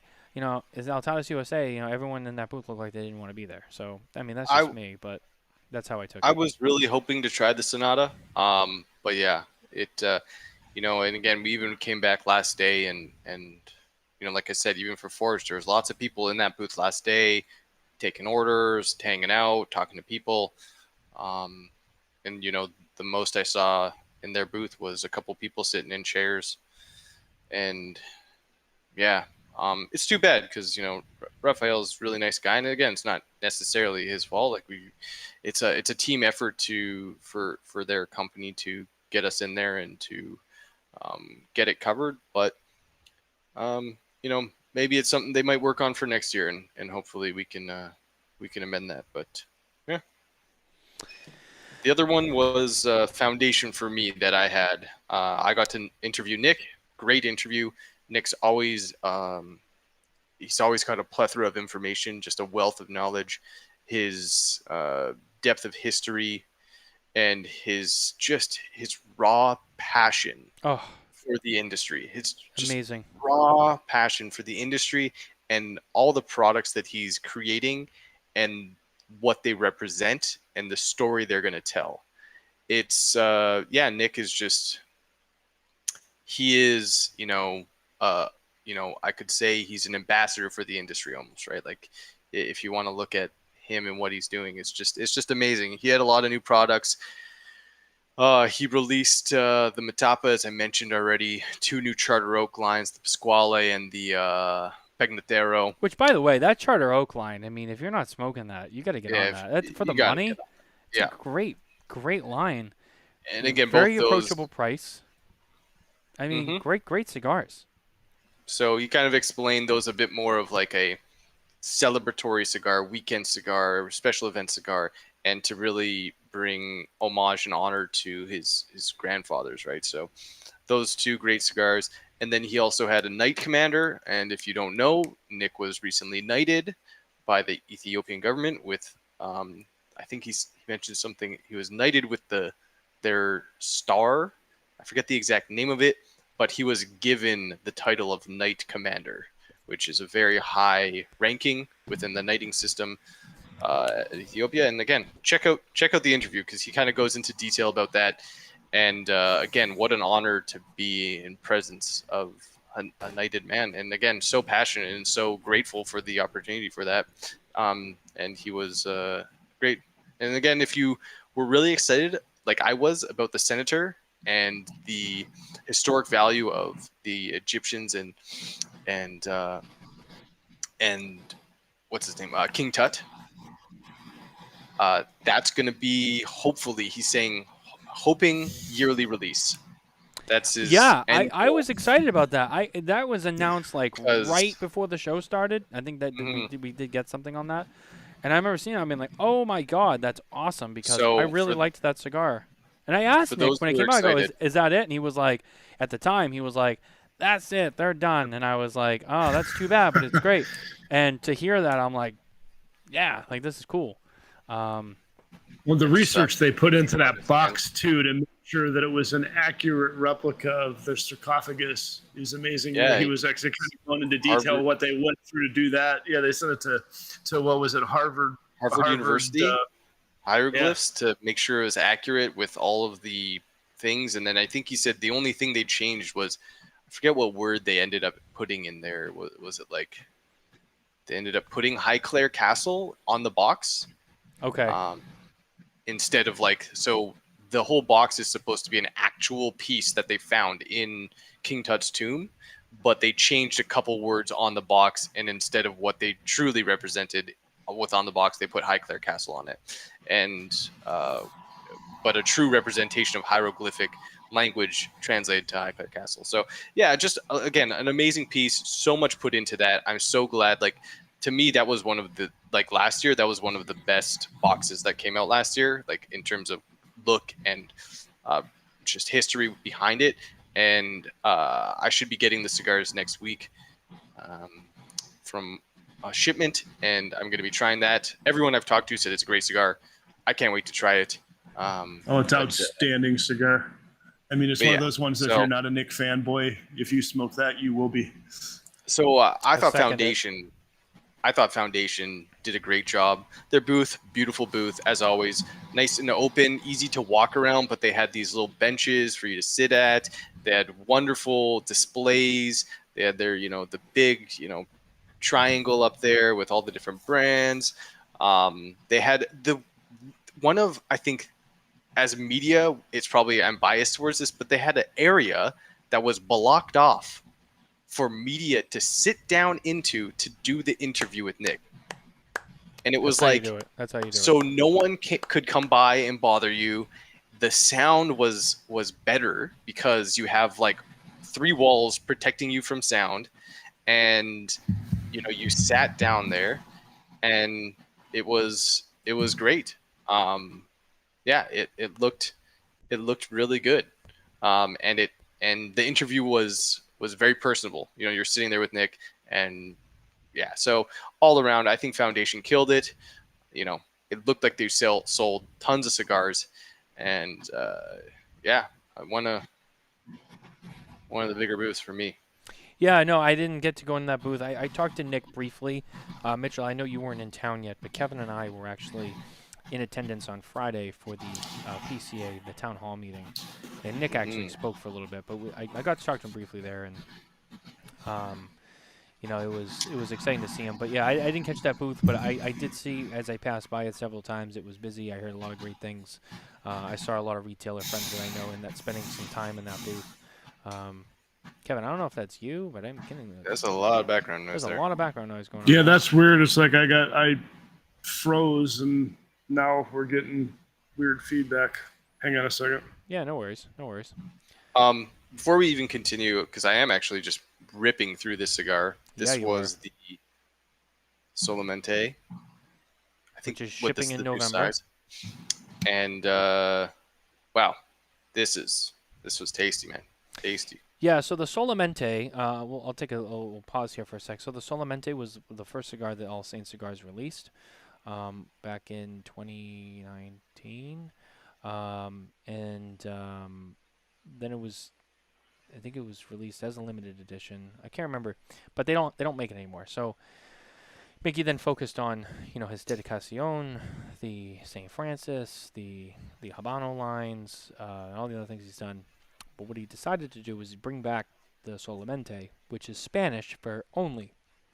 And what he did was he said, all right, we're going to bring this back, and it's going to hopefully be a annual limited release, right? So it'll be dropping in November, and it'll be, I want to say it's $22 a cigar up from it, or $20 a cigar up from its $11 price tag that it originally had, or $12 price tag. And it'll come in boxes of 23. Now, Mickey has said that the box count will reflect the year that it was released. So next year, for example, will be a box of 24. Same size, same blend, and it will. And if he's still here, he can add to that. But because I just did their story, their PCA story today, so it's kind of still fresh in my mind. But yeah, that Solamente limited edition, and it will be an annual limited edition kind of going forward. So really exciting. I've smoked the original Solamente. I have some of the samples from the show of the new one. I haven't smoked it yet, but the originals were great. They were awesome cigars. So really excited to sorry, excuse me. Really excited to smoke that one and check that out, because look, if anyone's been following Smoking Tobacco, we've reviewed a couple of cigars from All Saints, and they've all scored pretty high. So it's safe to say that they're a favorite here.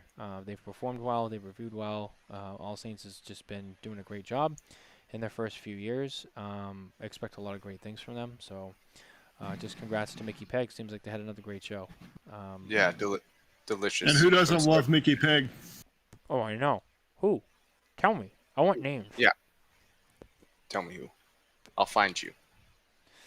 I want names. I want names of, The other one I had on my list to kind of round out my list was Epic. Another Canadian boy, Dean Parsons, making some great stuff. His La Rubia really just blew me away in the fact, he was working with with Chaz to release a new cigar. And Yes. whenever there's a famous person coming into the industry, that always perks up the ears. So it seemed like busy booth. Seemed like it did well. Haven't tried the cigar, so I don't know for sure. I don't know if they were handing out any samples at the show of that or not. But yeah, that was the other booth. Again, you got to talk to Chaz, and I did. I don't know if you talked to Dean as well, but yeah. I did get to speak to him. I spoke to both of them. So I did an interview with Jazz and I did an interview with Dean Parsons, and they're both available at Smoking Tobacco if you'd like to see them. But yeah, I did interview them both, and it was great. Jazz was a great guy, really laid back, really cool. He wasn't a stuffy celebrity. He was just really approachable guy. Really had a lot of enthusiasm, which was great to see. They they both were, Dean's a great guy. He was just on the show a few weeks ago, so it was awesome to talk to both of them. But yeah, no, I mean the consensus on that booth, well, it wasn't as busy as I thought it would be. It was busy, but it wasn't. I was expecting it to be a little bit more jam packed, from what I saw, and maybe I just missed out on certain times like when Chaz was in the booth. I was pretty busy, but it was good. It was a good show. I did see crowds there at points when he was in the booth, which is great to see. It's what you want to see, right? But no, it was cool. I don't even remember if we actually got samples of those cigars. I don't know if they had them. Yeah. I can't remember. But excited to try it because again, we've had this conversation. The celebrity cigars. That's great.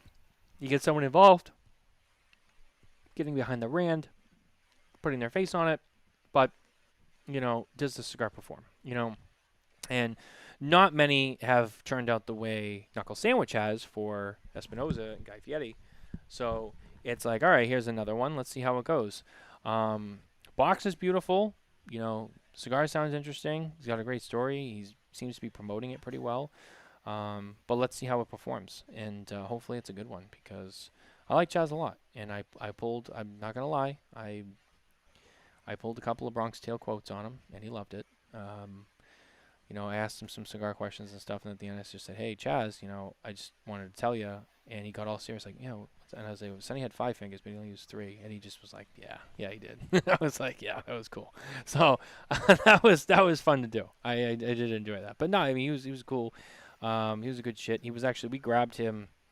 He was done for the day. He was getting out of there and leaving, and I was walking past, and I had an appointment for the next day, but Dean grabbed me and he was like, hey, do you want to grab him now? And I'm like, he's done. But I'm like, well, I don't want to, get in his way. If he's ready to leave, he's like, no, let me ask him. And he was like, no, I'll do it. And he came over and he did the interview with us. And then he went on his way. But, I appreciated that. But I didn't expect it, so yeah, just a great guy, and I really hope that the cigar does well.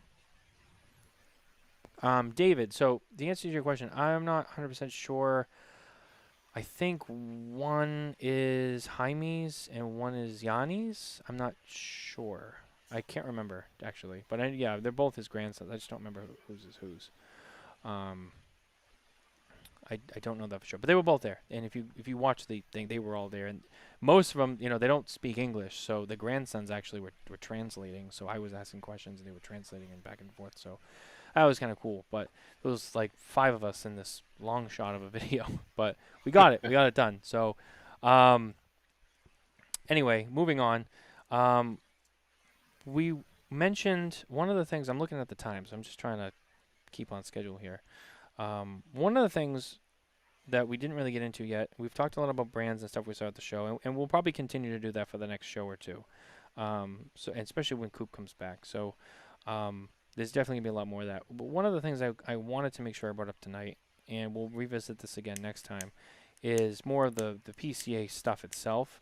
I had lightly mentioned a few minutes ago the press conference. So every year at the PCA Trade Show, there is a media press conference. It's held on Monday morning at 10 a.m., right out of the gate of the day. Not before the trade show begins, because, why would we want to take the media off the floor? But that's okay. Kevin and I were present, as was Half Wheel, Cigar Coop, Developing Palates, How about that cigar? And a few others in the back. And, questions were asked. As many people have already come to know, on Friday at the PCA meeting, New Orleans was officially announced, as we all kind of suspected it would. And it's going to be held in April of 2025 in New Orleans. And I can't remember. I want to say it's April 11th through the 14th. Now, there's a couple of things that happened, and questions were asked, and responses were given. And one of the things that was brought up was the fact that the fourth half day of the trade show is being dropped. This was the last year of the half day on Tuesday. And it's something that I guess not a lot of people were made aware of. And from the conversations that I've had with several people around the media, the feeling was that it was being kind of kept low-key. The belief being is that they wanted to make sure that they still had everyone signing up for the show for next year and the year after. And people already paid for those booths. And, there was speculation that, hey, maybe they didn't want to have to do any changes to the pricing because of that. I don't know. This is what I hear. But regardless, it was something that wasn't very well communicated about.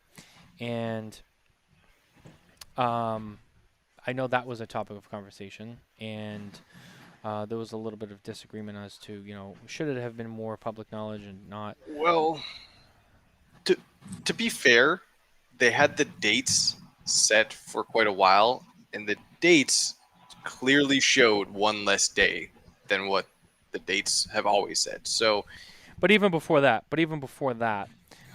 true. it wasn't something that was really made aware. The Yeah, other thing, it's not like they publicly said, "Hey, just so you know, guys, the dates there's one less day of the trade show now." Like they didn't come out and say that as a press release. Whether again, so Yeah, it's almost like it was just kind of mentioned in passing. Yeah. Mitchell's right, but even leading up to that point, it wasn't really like, hey, the dates are coming. There's only going to be 3 days. The other thing, and Charlie Minato brought this up, and it was interesting. Now, before I say this, I understand that, we've been talking about expecting the show to go to New Orleans in 25. Okay, we've been talking about this. If you've been listening to the show, it's not like it's new news. When the announcement was made, it was more or less like, all right, finally we just said what we already knew. However, in terms of manufacturers, what we talk about in the media is sometimes different than what the manufacturers have going on, because they don't just talk about PCA all the time like we do. Now, Charlie brought up a good point that said, I'm curious as to how much communication was had between the PCA and the manufacturers regarding the location of the show in 2025. And the reason is because Charlie had said that between Wednesday and Thursday, the week of the show, and probably even more, because that press conference didn't happen until Monday, that he had spoken with several manufacturers, actually a good amount of manufacturers, who said they had no idea that it was a sure thing for New Orleans. No one told them, no one communicated. And he asked the question, well, I understand that you guys, can't make the, announcement, but when it comes to the manufacturers who exhibit and pay to come and exhibit at the trade show, there should be a little bit more, was there more communication and what happened there? And we kind of got a little bit of a runaround on that one. We did a survey, and it's like, yeah, but who was surveyed in that? The retailers mostly?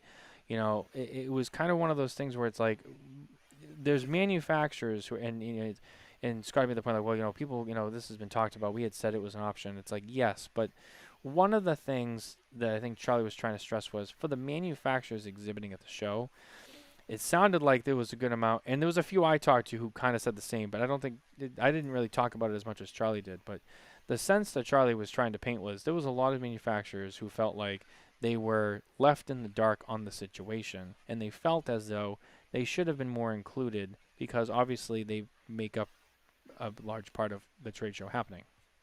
Because it's them coming, paying for booths and all of that is a significant part of what puts that show together. And didn't really get a clear answer on that one either.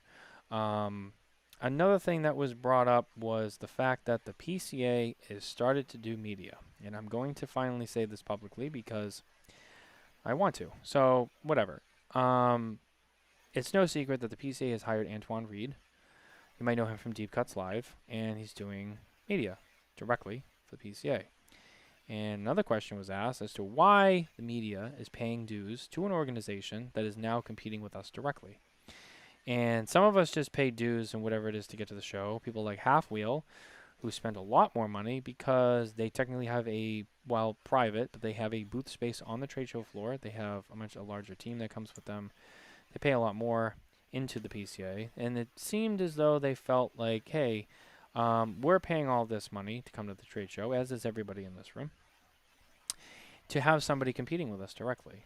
And the answer that we were given was that they were trying to be more, connected and, relevant with the retailers and the consumers, so the people were more aware of who the PCA was. The problem with that, though, is you're now competing directly with us, and what does that lead to? And a lot of questions are being asked around that, and it's interesting. And the other part of that is that before the trade show began, there were a few cigars, notably one, that we only heard about because Antoine posted a story about it on the PCA website, and it was a Platinum Nova cigar, and no one else was told about it, just the PCA. And we kind of took that as, well, that's okay, that's interesting, don't like that. So we have an organization now that's directly competing with the media, and didn't really get a more clear answer on that one either. Just kind of like, well, we're trying to be relevant with the retailers. It's like, yeah, but you're also now competing with us, and why? So there's some questions that are being asked there as well. I had made a few comments on social media about this, and some of our favorite listeners didn't like it, and I apologize, and it's no disrespect to them. I still love them. And I know that person will probably listen to the show at some point, and I should connect with him privately. But yeah, just some things I wasn't happy with. But one of the things that was said during that argument, and whatever, from Scott, when the rest of the board was asking questions, Scott said back to Patrick Legreed from Half Wheel, along the lines of, and I don't remember, but he says Patrick asked the question about competing with the media, and then Scott, who again I still have a lot of respect for. I love Scott; he's a great guy. So I'm not. This isn't painting him as he's an asshole now. No, he's still a great guy, and I respect him a lot. I'm a little confused on kind of what's going on here, as everyone else in the media world is. But Patrick had made a statement about competing against the media, and then Scott had and I didn't like this, but Scott had turned around and said something to the effect of, yeah, but like, what about when you guys report on legislative stuff? That's like our thing. And it's like, I disagree with you there still, though, Scott, because it's still our job to report what's going on, so that way people are more aware. Because as we all know, most consumers are not fully aware of what's going on with legislation when it comes to cigars and the FDA and all that nonsense. And that's why we spend the time to try and put that out there on our pages and our websites, because we want people to know what's going on. So you can't really make that argument because, no one really knows what's going on anyway. And you kind of lean on us to help you get that word out, which we do because, we support the PCA. We love the industry. But don't sit there in a meeting and look us in the eye and go, well, but you guys compete with our legislative stuff. It's not the same thing. It's not the same thing having us help you get the word out, an organization that we pay dues to, okay, to support this industry and help you get your message out, because we're the media. They're an organization, okay? And, then you turn around and you look at Patrick Legreed and you go, well, you compete with our legislative stuff. It's not the same as you taking a cigar from a manufacturer and having Antoine go out there and put it on the website that no one else knew about. And then when you have him going out of his way, and look, if the PCA wants press releases and just wants to share stuff if they get it, like, that's kind of one thing, and they have every right to do that, I guess, so to speak. But you have him going out there and chasing down information, okay? There was a story that came out from a manufacturer who's watching this show right now, and that was supposed to be an exclusive story with a particular member of the media who is also on this show, but he's not present, okay? And, come to find out, and from what I understand, it sounds like Antoine just kind of did some digging and put a story out. And if you ask me, if I put an exclusive story out, if Coop puts an exclusive story out, if DP puts an exclusive story out, Charlie puts an exclusive story out, and one of us goes and steals it from the other one because it's out there, whatever, that's one thing. But I don't expect the Premium Cigar Association to cheat me on an exclusive story. And I know there's people who are going to disagree with me, but I don't care. It's just, on the surface, it just doesn't seem right to me. So that is a gripe that not only do I hold, but pretty much everybody in that room who is a media person feels. Well, at the end of the day, we can't speak for all of them, but I'm sure it will be brought up. Oh, we can, Mitchell. We can. Trust me. Yeah, I kind of agree with Matt. That was kind of the universal consensus. And Kevin was in that. After the fact, when we talked afterwards, that just seemed to be the common theme. I mean, Matt definitely has a point there. Yeah, it's a very important point, and as Switzerland as Mitchell can be sometimes, and I love that about him. This is something that we just can't let. No, this is not right. And Kevin was in that room, and he heard all of this conversation, and he saw it himself, and he knows this was something that everyone sat up and leaned a little bit more forward when it came up. And I actually was going to ask this question, but right before I did, Patrick beat me to it, and I said, "Oh, okay, great. Now I don't have to do it." For me, my one question is, why are they doing it? Like, why do they feel they need to become a press release format? If they feel that they need to communicate certain product releases or whatever that they're doing with their form of media, it's a very simple fix. It is share one of our posts. Send it to us, send it to the media. Hey, maybe just go on the PCA page and share an article from Smokin' Tobacco and say, hey guys, check out this article about a PCA exclusive from Smokin' Tobacco, from Cigar Coop, from Half Wheel. It's really just that easy. We're already doing it, and we're already paying to be there to do it. You don't have to pay someone to do it because that's what we want to do, and that's what we're there to do. So it is weird that I don't understand why they're doing it. I understand that the media has always criticized the PCA for their communication in general with everything, whether it's to us or to their consumer or not consumer, but the retailers and stuff like that. And I think that, again, I don't know because I'm not there and I can't put words in their mind. The only reason I expect why they thought this might be a good idea is because they thought it might help them with communication channels to their retailers. But it's like, we're already there doing that. You just have to help us get it to them. We're already there. And there's a plethora of different media sources that you could choose from and that you could maybe highlight. Maybe one week it's one brand and the next week it's the next brand and the next week it's the next brand. And you give every media that comes to the PCA to support you guys the light of day on your site. And there you go. That's it. You just have your social media person share those posts instead of you taking the time to create it yourself. And then if there are these, like you said, there was a specific PCA exclusive that was only delivered to PCA and press release through them. It's like, well, just send it to us as well. And there you go. So again, they're not here to defend themselves. And I wasn't at that conference, so I don't know the exact sentiments of everyone sitting in that room. And you're right, I do like to play Switzerland or even a little bit of devil's advocate. But yeah, I think it's a very easy fix, and it doesn't even require that much effort. And you have all the communication channels you want to with what you're already doing, and we're still happy. We get, a bit of time on the PCA page. Other brands do too. Other media companies' brands do too. Sure. And there you go. It's like just share our stuff, or just that's all it takes. Is just someone in social media. Bottom line, just their intentions weren't made clear. Why do they need the time and money on it? What I left the press conference feeling is just, I'm still new to this and don't quite understand, but that's, it's pretty obvious to understand. It maybe not a good analogy, but in my opinion, a similar analogy would be like the cigar manufacturers, just skipping the B&M, skipping the retailers, skipping the wholesalers and stuff, and just selling direct to the consumers. It's kind of it's almost a similar situation to that by them doing their own media.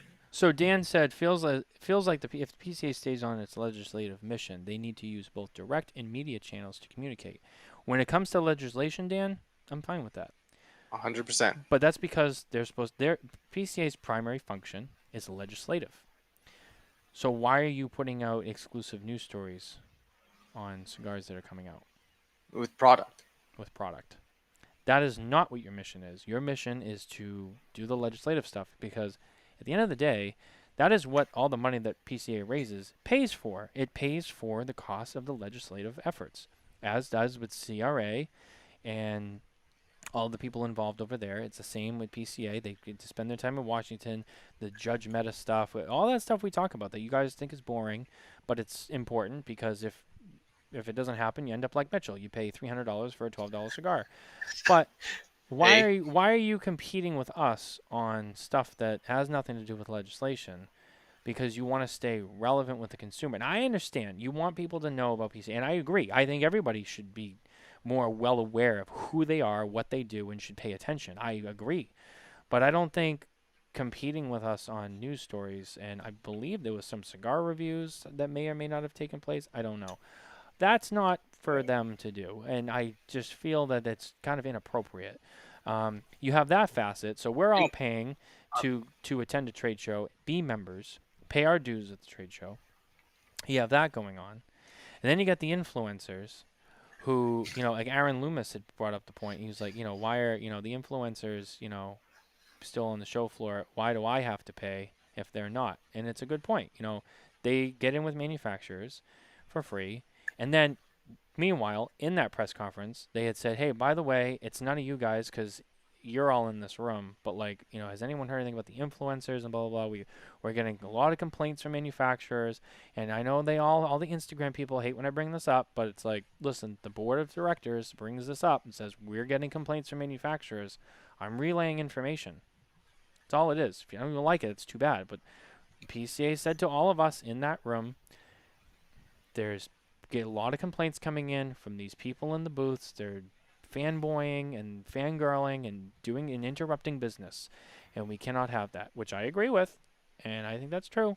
So you're letting that happen, and the simple solution is be more diligent with those big manufacturers who get like 200 badges and give them out to everybody, and really comb through who's getting these badges and do they really work for the company.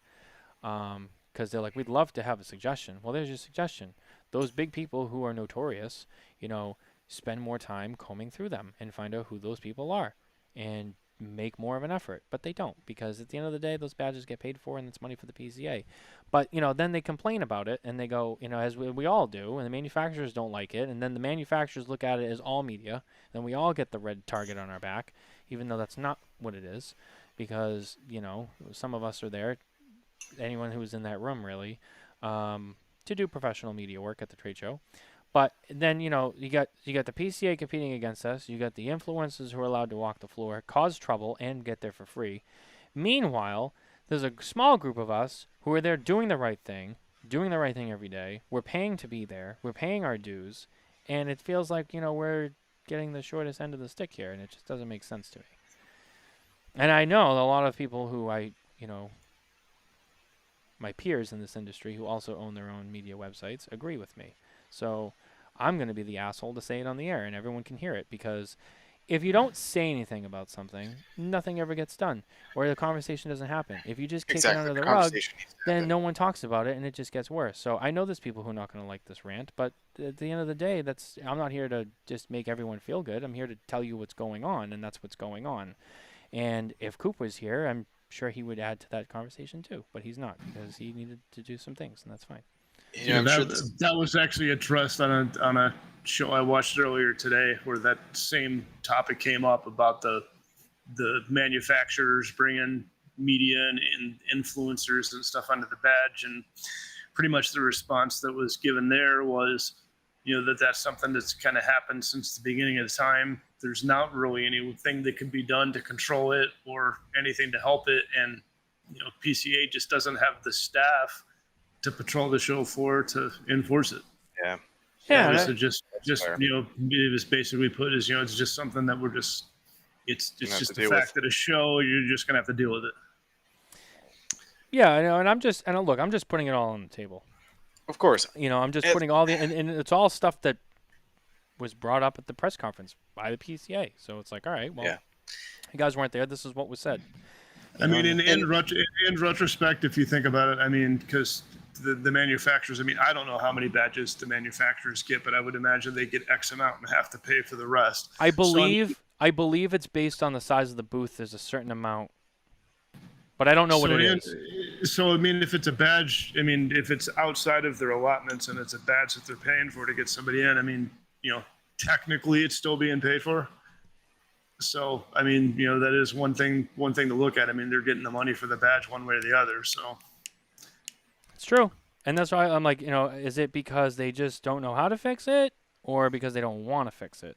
Because if those badges are getting paid for, they look at it like, well, I know that they're there, but like, it's money that's coming in. And it's like, I get it. Believe me, nobody wants the PCA to make money more than me, because on the legislative side, yeah, I believe in them and they're doing great. But, just there's some little things. And again, this isn't, my opinion of those people hasn't changed personally. I still love them. I still respect them. And I hope that when they do hear this, and I know they're not going to like it, but I hope that they also remember, I still respect you and I still, consider you an ally in the business and as a friend. But, sometimes you just get a little tough love and you just have to be honest. It's like Abe, everyone's always like, honest Abe. Well, Abe says things that sometimes people don't like, but it's because he's being honest. He's not lying about it, and this is the truth. The truth is, these several things have taken place, and I'm not the only one that feels this way because I talk to people because it's what you do, and it's an issue. If I was the only one that felt this way, I'd probably still bring it up, but I probably wouldn't get so into it. But it's because I know that there's a group of people who feel strongly about this, and sometimes no matter what you say, somebody's going to get pissed off. I mean, it's just you're going to say something that somebody's not going to like. I mean, everybody doesn't like everything you say. Everybody doesn't like everything I say. It's just fine. A matter of fact. But it's part of the game. To be able to speak your mind, that's what we're here for, right? Yeah, and and thank you to David had said that's why I stick to this show, Coops, Abe's, and the Authority. And yeah, I mean I appreciate comments like that because at the end of the day I want people to watch the show because I'm not just here putting on this thing where I'm talking about food and snacks at the gas station. I'm here to talk about the stuff that people either need to hear, want to hear, or should hear. And that's why we're here. We're here to inform people of like, hey, these are the things going on that you may or may not know about. So, that's why we do it. And but we are here to talk about ketchup on hot dogs. Well, apparently the Costco food, a hot dog is a sandwich. Apparently the food court at Costco does not live up to the Cooper standard of excellence. So, believe me, we have discussed this. and us as media, like at the end of the day, I think the show was a great success, and I think everyone like overall, I think it was a great show. And it sounds like every year media just complains, but it's also part of our job to be critical. We're critical on cigars, we're critical on the industry, and we're going to be critical about the trade show that, it's like you said, it's the Super Bowl of the industry. Yeah. And we have to be critical, and we have to talk about these things publicly and feel comfortable that we can. And also know that, if anyone from the PCA if they want to talk, our DMs are open. Email, Facebook. We all have each other on Facebook, friends. I am always willing to talk about it. Always. Everybody in this industry has my phone number and my email, as they do everybody else who owns the media website. And so I never want it available. to be a one-way conversation of us just looking like we're criticizing things. And because, like you said, if these things aren't said, the conversation doesn't happen and they repeat themselves and people feel resentment. Like any relationship, you have to be open, honest, and talk about it and then come up with a solution. Yeah, as long as both sides of the conversation are out there that you can have a conversation about. I mean, you can have a conversation about it, but when one side is unknown or not clear, that makes it a whole hell of a lot more difficult to talk properly about it and come up with a solid solution. Yeah. And again, we're not here to try to tear them down. It's just like, hey, like, this is And it's something that we don't think small. is appropriate. Yeah, it's a pretty. I wouldn't say it's a small issue, but it's an issue that it started now, and if we don't talk about it, it could grow into something bigger, and then they could just be like, "We had no idea this was an issue, and you didn't say anything." And it's like, "Yeah, you're right." So, now they know, and whether something changes or whether they convey what their message wants to be with what they're doing, and then media understands that, or the rest of the people understand that, who knows? But yeah. Well, 9 times out of 10, that's how it happens too. It's like, well, we didn't know it was a problem, until then it becomes a big problem that can't be fixed, and you never said anything. So if you don't say anything, you can't fix it. So, no matter how popular or unpopular your view is, open your mouth, say something, and if it is a problem, it can get fixed. If it can't be, hey, it can't be fixed. Here's why, and just move on and go. One of the things that was brought to my attention when I first publicly had this conversation is someone had said to me like, "Oh, well, the media was there. They had every right to ask it questions." We did. They had every right to push on for more information. There's only so much pushing you're going to do when the precedent is set like, well, we don't really want to dig too deep into this. So, now, and I understand the argument is, well, you could have dug deeper. Yes, but at the same time, we don't like to waste our own time. So if we know that we're just going to keep asking the same questions, albeit different, similar to the way, I don't know, a cross-examination would go in a courtroom, you stop. You're like, all right, you're just not going to answer the question, or you're not going to give me the answer that I know you probably have that you're not giving me, and you just move on because, we're not going to keep everybody there all day. But yeah, we saw the cards. We saw the cards. We saw the cards they had, and we're like, all right, well, we know what's going on. It's just, why aren't you being a little bit more direct about it? And it's but then you start to wonder, like, well, why are they paying someone a salary to do media? And look, and I just want to make this clear because I know what's going to happen. People are going to say, you were shit talking Antoine. This has nothing to do with him personally. He got hired to do a job, and he's doing his job. This is not about him. This is not his fault.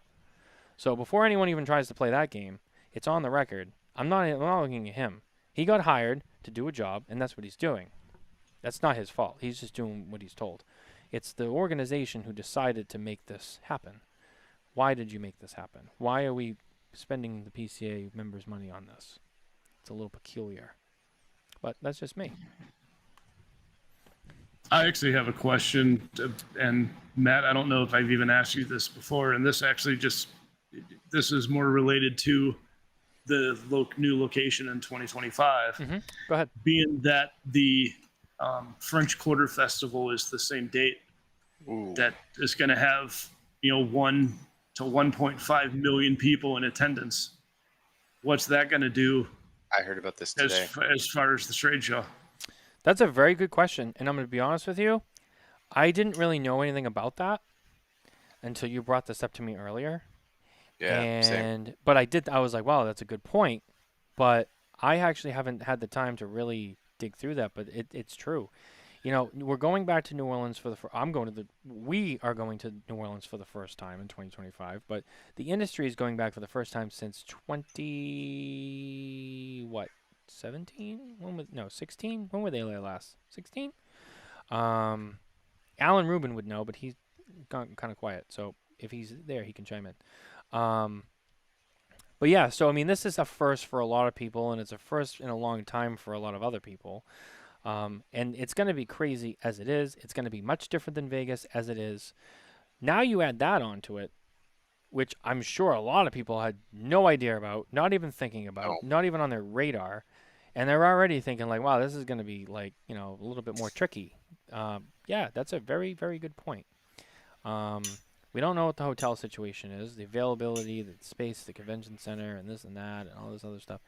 But if you already got, hotel space being dominated and traffic being dominated by that's going on, and then you're trying to bring a trade show into the middle of it, oof, I don't know.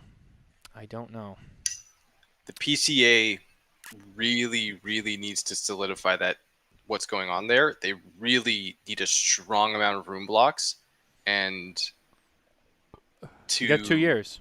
Guarantee people. Well, and that's the thing. It needs to be like, I know they've got another show to plan for next year, but it's like, you got to get on this now. that show's already like kind of set and done, and like we know it's in Vegas. We know it's going to relatively work out well. They've already got like I think all the hotels even picked from what I think Resorts I remember. World will be the host Yeah. hotel for the 2024 So trade show. like people like although it is still 2 years away, I think they really need to look at communicating all these things as quickly as possible. Like you said, room blocks, what it's going to look like. Again, this is just rumor, but I personally have heard a couple of like maybe 1 or 2 times that they are trying to create almost our own little section outside that we can after the show attend where we can smoke, drink, and eat food in the streets that will either have heaters or cover. So if it's raining, and we'll have almost like our own block party, Which is That's cool. what I've heard. Which is cool. That's what Yeah, I've they're heard. supposed to be adjacent to the hotels and everything, so it's almost like our Yeah. own little bubble. Which is So cool. I like that. That, That's a good that idea. needs to be defined quickly so that people are like, just so you know, your hotel will be a block away from this area that everyone is going to be hanging out with. We will have access to 15 bars and restaurants that you can order food at your table. They will bring it out to you. Like these things need to be communicated relatively quickly so that people feel that, okay, this is going to be a show that I can actually go to. And like you said, for flights, what's that looking like? Hotels, what's that looking like? Yeah, that knowing that amount of people are going to be in the same city that we are at the exact same time is pretty crazy. Like Vegas is already busy, but Vegas is built to handle that kind of stuff, and it's huge. I've never been to New Orleans, so I don't know. I don't know if None of like us have, how it actually. feels to have one It's to a hell of a 1.5 lot million harder people. to get around. I mean, 1.5 million people, especially in and around Yeah. the French Quarter, which I don't know where the convention center is in relation to the French Quarter, but I mean, Yeah. I've been to New Orleans. And again, Oh, you have, and Kevin. And I didn't know that. It is freaking, when it gets crowded down there, it's nuts to get around. I mean, 1.5 million people, I mean, it's going to basically almost be like having Mardi Gras in the middle of the trade show. well, exactly, and like that could be fun. Like it could be cool having the amount of people, but we still need to know that we have a place to go to do all the things we need to do. Many people have said multiple times they do more business outside of the trade show than they do during the trade show, right? It's a quote that comes out every year from multiple manufacturers, and building those relationships outside of the trade show is a key component to this industry. And if we are not supported, or manufacturers and retailers are not supported to be able to do that, it will be considered a failure of a show, no matter what. Oh, absolutely. show- There's been Show is the show. There's been probably as many deals made at Bar Luca after the show at the Palazzos or on the show floors. I mean, yeah, the after hours events are critical to making it a success. Yeah. And again, I hope that they can communicate clearly what they have planned to make sure that people feel comfortable that those things are going to be taken care of. Because from what, again, we weren't there at the last time. It's just from what we heard. It was not a fun experience. That's pretty much that's what I've heard. That's what I've heard as well. I mean, when I was in New Orleans, I was there. I wasn't there for, PCA or cigar event. I was there for something else. But I mean, it's definitely it's a different city. I mean, it's definitely something that if you've never been, it's an experience. I mean, you got to go to NOLA once, right? So it's definitely going to be interesting to see how it goes. And the stories I've heard from the trade show before, and guys saying, "Oh, it sucks," and this. I mean, you got to go into it with an open mind. I hope they can do it, especially if they pull off, what the rumors, that you brought up, and making an exclusive area party. for us and everything, and like a big block party. I mean, if they pull that off, it'll be epic. I mean, it'll be one of the best trade shows ever.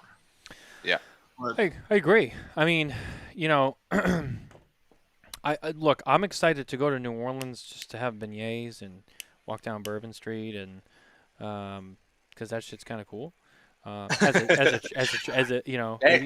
jambalaya, cool. all that stuff that that they're known for down there, the cuisine, having some Cajun food, and they do crawfish and like gumbo and all that stuff down there too. Isn't that like what they do down there? I like Yeah, to I'll gain 100 pounds when I'm down there. listen. I It'll be like to nuts. eat. I love that food. I love to eat, and I've never really experienced a lot of that food. So like, I'm excited for that to Hey, try all these hey, new you- cuisines. But You guys saw me eat at PCA. dude, I love I to don't know. eat. Your food was gone so fast. I don't know if that even qualifies eating. That's more like just like it's like vacuum suck from Spaceballs. Just dude, we went to gone. a steakhouse the first night. Team went out to a steakhouse, and all the steaks came. And Mitchell's was gone significantly faster than everyone else's. And there's people at that table that can eat. Me, Kevin, Matt, and I'm like, he's already done. I cleaned that bone off.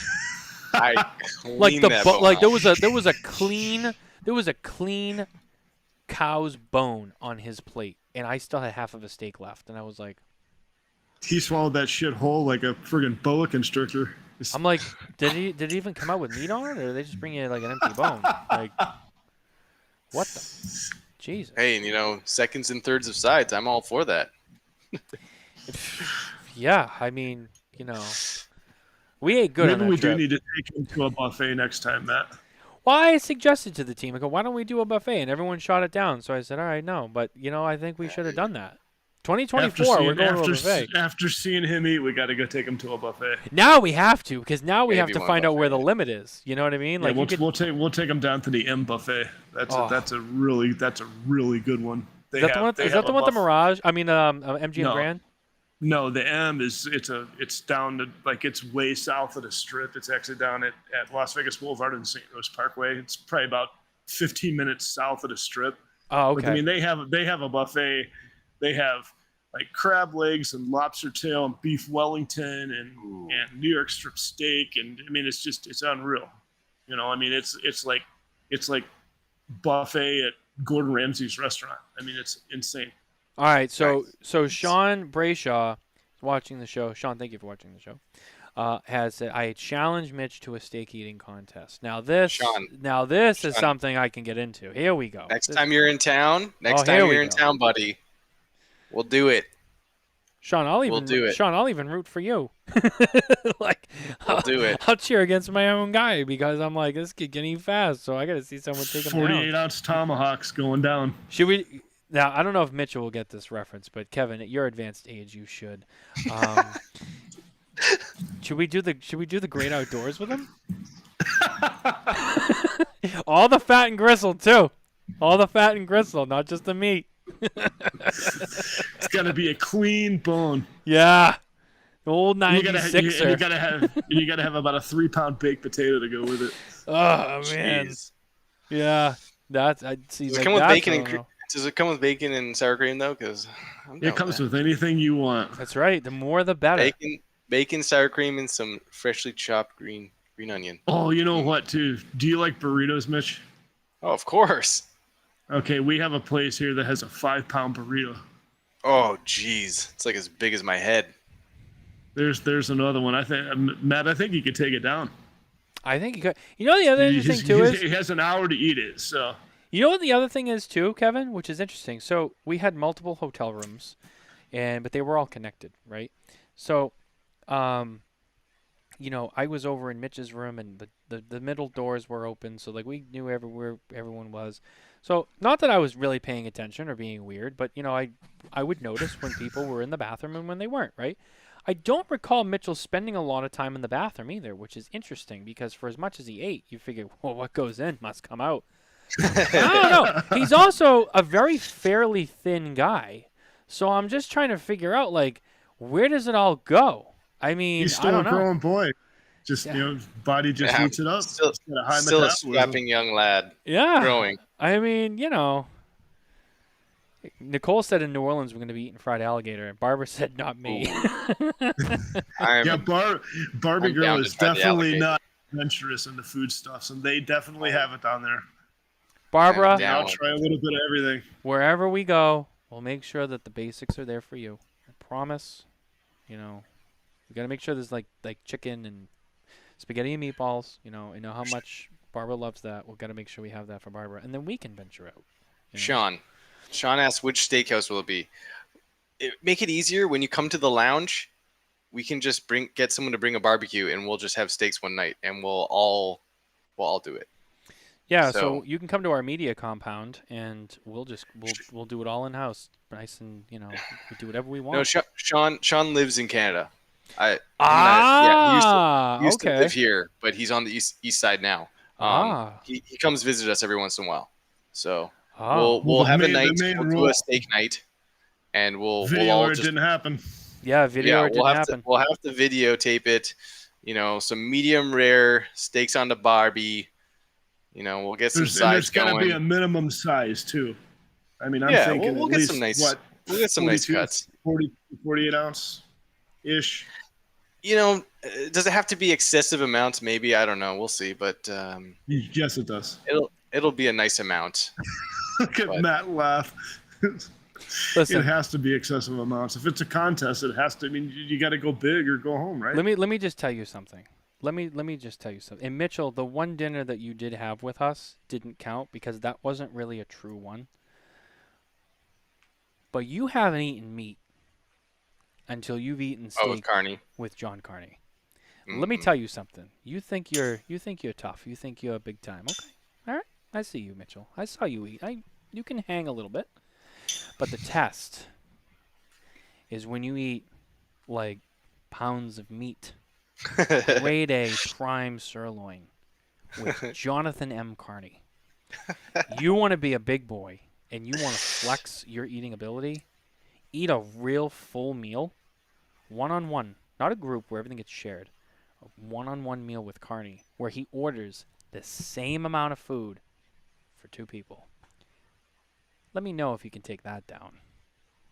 I would like to see Carney paired up with Evan Darnell, the steak smith from Red Meat Lovers. Dude. That would be an epic pairing right there. Dude. Those two.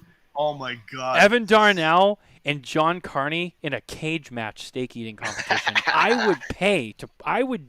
Cooking and eating. Oh my God! They both have to cook 4 steaks, and then they have to get into a cage, and they can't leave until one of them finishes all the meat. Now that is an event. And the winner. That would be epic. Oh. That would be unreal. Because wasn't he in the Nathan's hot dog eating contest at one point? I don't know. Was he? I believe he was. I'd love to see Carney do that too. I really feel like he could take it down. I don't know. Carney can eat too, and I say that with love and respect because I also can. Not in a way that I think he eats too much because he doesn't. Despite what some people may think. First of all, so something I don't want to say too much or get too specific because I don't know if Carney wants this out there, but I'll say someone that Carney knows pretty well. It wasn't me, but someone that Carney knows very, very, very well pulled him aside at the trade show and said, "Carney, we need to do something about your weight." And he was very upset, and I think he has every right to be. Carney is a very sexy human being, and I think he's very comfortable with himself, and he looks great. Looks dynamite, He's a bigger boy. There's nothing wrong with that. He's just a big boy, and he's a good boy. So, he knows how to dress to the nines, that's for Carney sure. he still looks good in the was suit, man. good I'll tell you. I see him dressed up at the show. That second day, he came down to the show floor, and he had that light pink jacket with the dress shirt and the handkerchief. And I'm like, he looked fucking good. He looked like a vice president. What am I going to say? He looked good. It doesn't matter how big you are. Mitchell looked good. Mitchell pulled the suit out, on his bony frame. Like I He put said. the suit on. Michael Herklotz inspired. That's right. That's right. Had the tie, had my pocket square, got the dimple going. See, here's I another was, one. Dan Thompson. Join us in Texas. You'll be happy. They know Hey, how to eat down in like I said, Texas, too. I've never been to I've Texas. been to Texas. But, yeah, they know how to eat. It was a good time. They eat a lot of steak down there, or as they call in Texas, cattle. I believe is the proper term. Oh, Mitch has moose and elk. Yep. Listen, I've eaten elk. moose. I've never had moose, but I've had elk. How good. about that moose on the roof, eh? It's tasty. It's very lean. It's very lean. I've had bison. I've had elk. Both Yeah, bison's coincidentally enough with Carney. That's where I got it from. He had ordered a bunch of meats through his meat purveyor, and and he was like, "Hey, you want to try some elk?" And I was like, "Yeah." And it was good. It was very lean. It was like a really, really lean fillet. You got it from the Meat Mafia. It was good. It was really good. Bison's good too. I like bison. Yep. Lamb Bison's is good. delicious. I've had Bison lamb. burgers, ooh, so good. The only thing I still haven't had, I've never had deer. I've never had moose. I've always wanted to, just never had that opportunity. But Yeah. Alex, I agree, buddy. Texas barbecue and steaks are second to none. You know what? That's The my- whole that's my barbecue good thing, buddy Alex from Texas. I like all barbecue. Okay? Let's just get that out there. With sauce, without sauce, charcoal, not charcoal, smoked, not smoked. I love all barbecue, man. Like, who that's doesn't? my just favorite. tasty. It's my That's favorite of just the tasty. barbecue. Is my favorite of the food groups. Exactly. So good. But Texas does make some nice barbecue, that's for sure. Nicole brings up a good point. I'll tell this story. So I got in on Thursday night, and I'm waiting at baggage claim, and with Matt, the other Matt, and Darren from My Father's Cigars, shout out, and we were all on the flight together, and we're all baggage together, and our bags were like the last bags. It's like almost never happens to me, and I will admit I did panic, and I texted Kevin, who was waiting to pick me up outside, and I'm like, hey, like, I'm still waiting for my bag. And I'm like, but I don't know where, like, this is weird. And Kevin's like, well, you should check your air tag. And I'm like, that's a good point. So I look it up, and I see that they're still there. And I'm like, oh, okay. And so they must just be coming down. They're in Las Vegas, so they did come over on the plane. So I just don't know. And while I'm farting around with that, I almost miss, but I didn't. Here comes a fellow soul that I know and love around the corner so casually. And I make eye contact, and I go, oh, my God. Soul. And I go, oh, my God. Jose, what's going on? Jose Blanco, right there. Oh, Matthew, how are you? How you doing? Great to see Jose. And the second thing out of his mouth is, oh, Matthew, you put on some pounds. And I was like, what the fuck? Like, I mean, I knew I did. I didn't think it was that bad, but I mean, had a lot going on, And I'm just like, at least he was polite about it. And I was like, thanks, Jose. And then what does he do after that? He calls me fat, and then he goes, do you have a cigar? And I go, he's like, you got cigars on you? I go, well, yeah, obviously. He's like, what do you got? And I was like, do you need something? He's like, yeah. And I was like, all right. So there I'm in the middle of the airport, opening my luggage to pull out all the cigars I brought to town. And I'm like, what are you looking for? And I'm asking him all these questions. He's like, I just need something small ring gauge. I go, you got it, Jose. I pull out a Tatuaje, like a Corona size. And I go, how about? He's like, that's great. I'll take it. And I said, great. And I was happy to give him a cigar because I'm like, whatever. Jose asked me for a cigar. I'm going to give him whatever he wants. And then we leave, and I leave with Kevin and Barbara, and I go to the hotel, and I check in, and then I say, hey, I'm going to go over to the Palazzo, and I'm going to check in. I'm going to check in with everybody else and see what's going on. Everyone's over there. It's 11 o'clock. Everyone's, crowded going around. And I'm farting around. I'm talking to people. I'm seeing people. I see Pete Johnson. He sees me, and he's like, hey, what's going on? He's like, I had my Jordan jersey on, and he's like, I love the jersey. He's like, that's the real GOAT. And I'm like, yeah. And then he goes, by the way. And I'm like, okay. And he goes, thanks for giving Jose Blanco a Tatuaje. And I was like, oh, yeah, no problem. I gave it to him after he called me fat. It was a good time. And I love Jose. And I know Jose's just busting balls. I know. It is partially true, but at the same time, I know Jose busting balls, and I wouldn't have it any other way. But it was just fun. It was fun to just have that experience. Oh, man. So, no, it was a good time. There was a lot of good things that happened at that trade show. We had fun. But, like I said, there was also a couple of things that, I just think needed to be brought to the attention of, folks. And I think we covered that. But I'm looking at the time here, and we are going on 2.5 hours. We've been on here for a while. And Coop's not even here. Imagine what's going to happen when he comes back. We have so much to talk about. I'll have to make sure I have a snack. You better, because when Coop comes back, Yes. It's going to be good. So, all in all, Thanks everyone for sticking in. Yeah, for this entire night. Everyone's This has still been a fun here. night. I mean, look, there's a lot more I could say. We'll talk more and more about the stuff that was at the show. I mean, we got a whole nother show on that too. And we still got to get Coop spieling. So don't worry, there's gonna be more of this. But in terms of the negatives, it's never fun to bring it up, but I wanted to get it out of the way. I feel like we covered that. We covered New Orleans situation finally been confirmed, which is not a surprise, I guess, to us, but it sounds like it was a surprise to some manufacturers. But that's a whole nother story. And other than that, I mean, it was a good show. Overall, it was a good show. I even spoke to some people who have been critical of the PCA show in the last couple of years, and they were like, you know what, it's a pretty good show. And I said, yeah, and they're like, no, yeah, this was a good show. Like, I'm happy with it. And I'm like, well, that's good. And that's I mean, that's not the only barometer, but it's a good barometer. You got people who I know are like, man, fuck this show. And I see them and they're like, no, this show is pretty good. And I'm like, well, that's a good thing to hear. Then you see, some of the big guys coming back. Obviously, Altadis, General, Drew Estate will be back in full effect for 24. We saw JD walking on the trade show floor. All the Drew Estate reps were at Hoya de Nicaragua, which, by the way, Hoya's booth was really cool. And they were awesome with their time. And we got to see the new Cinco de Cinco from Hoya de Nicaragua, which is another highlight of the show. It's a cigar I'm definitely interested in getting more into when it is. We have some samples, so I'll try it. But I believe it. I don't remember when it gets released, but I want to say it's pretty soon if it hasn't shipped already. So yeah, I mean, just seeing them there is great.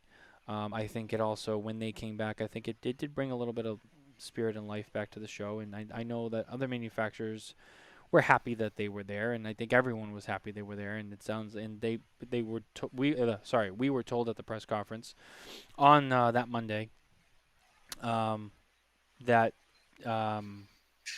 Altadis and Forged, I think it was Coop actually who asked the question, like, have you guys gotten a reading back on like what they think, being back at the show? And we were told that Altadis and Forged, had nothing but good things to say. They were very pleased with the trade show. And they've already booked and confirmed for 24, so they're definitely here to stay for now, which is good. And it's something we talked a lot about. And to see them back, do a show, went well.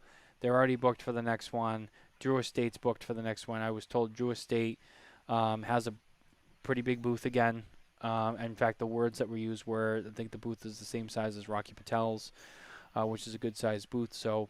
It's good. Altadis, I think, upgraded to a bigger booth for 2024, from what I understand as well. I think Forged has the same, because that was talked about at the press conference. So it's all good things. I mean, the only one that's left out is Davidoff, but we don't really know what's going on. Davidoff?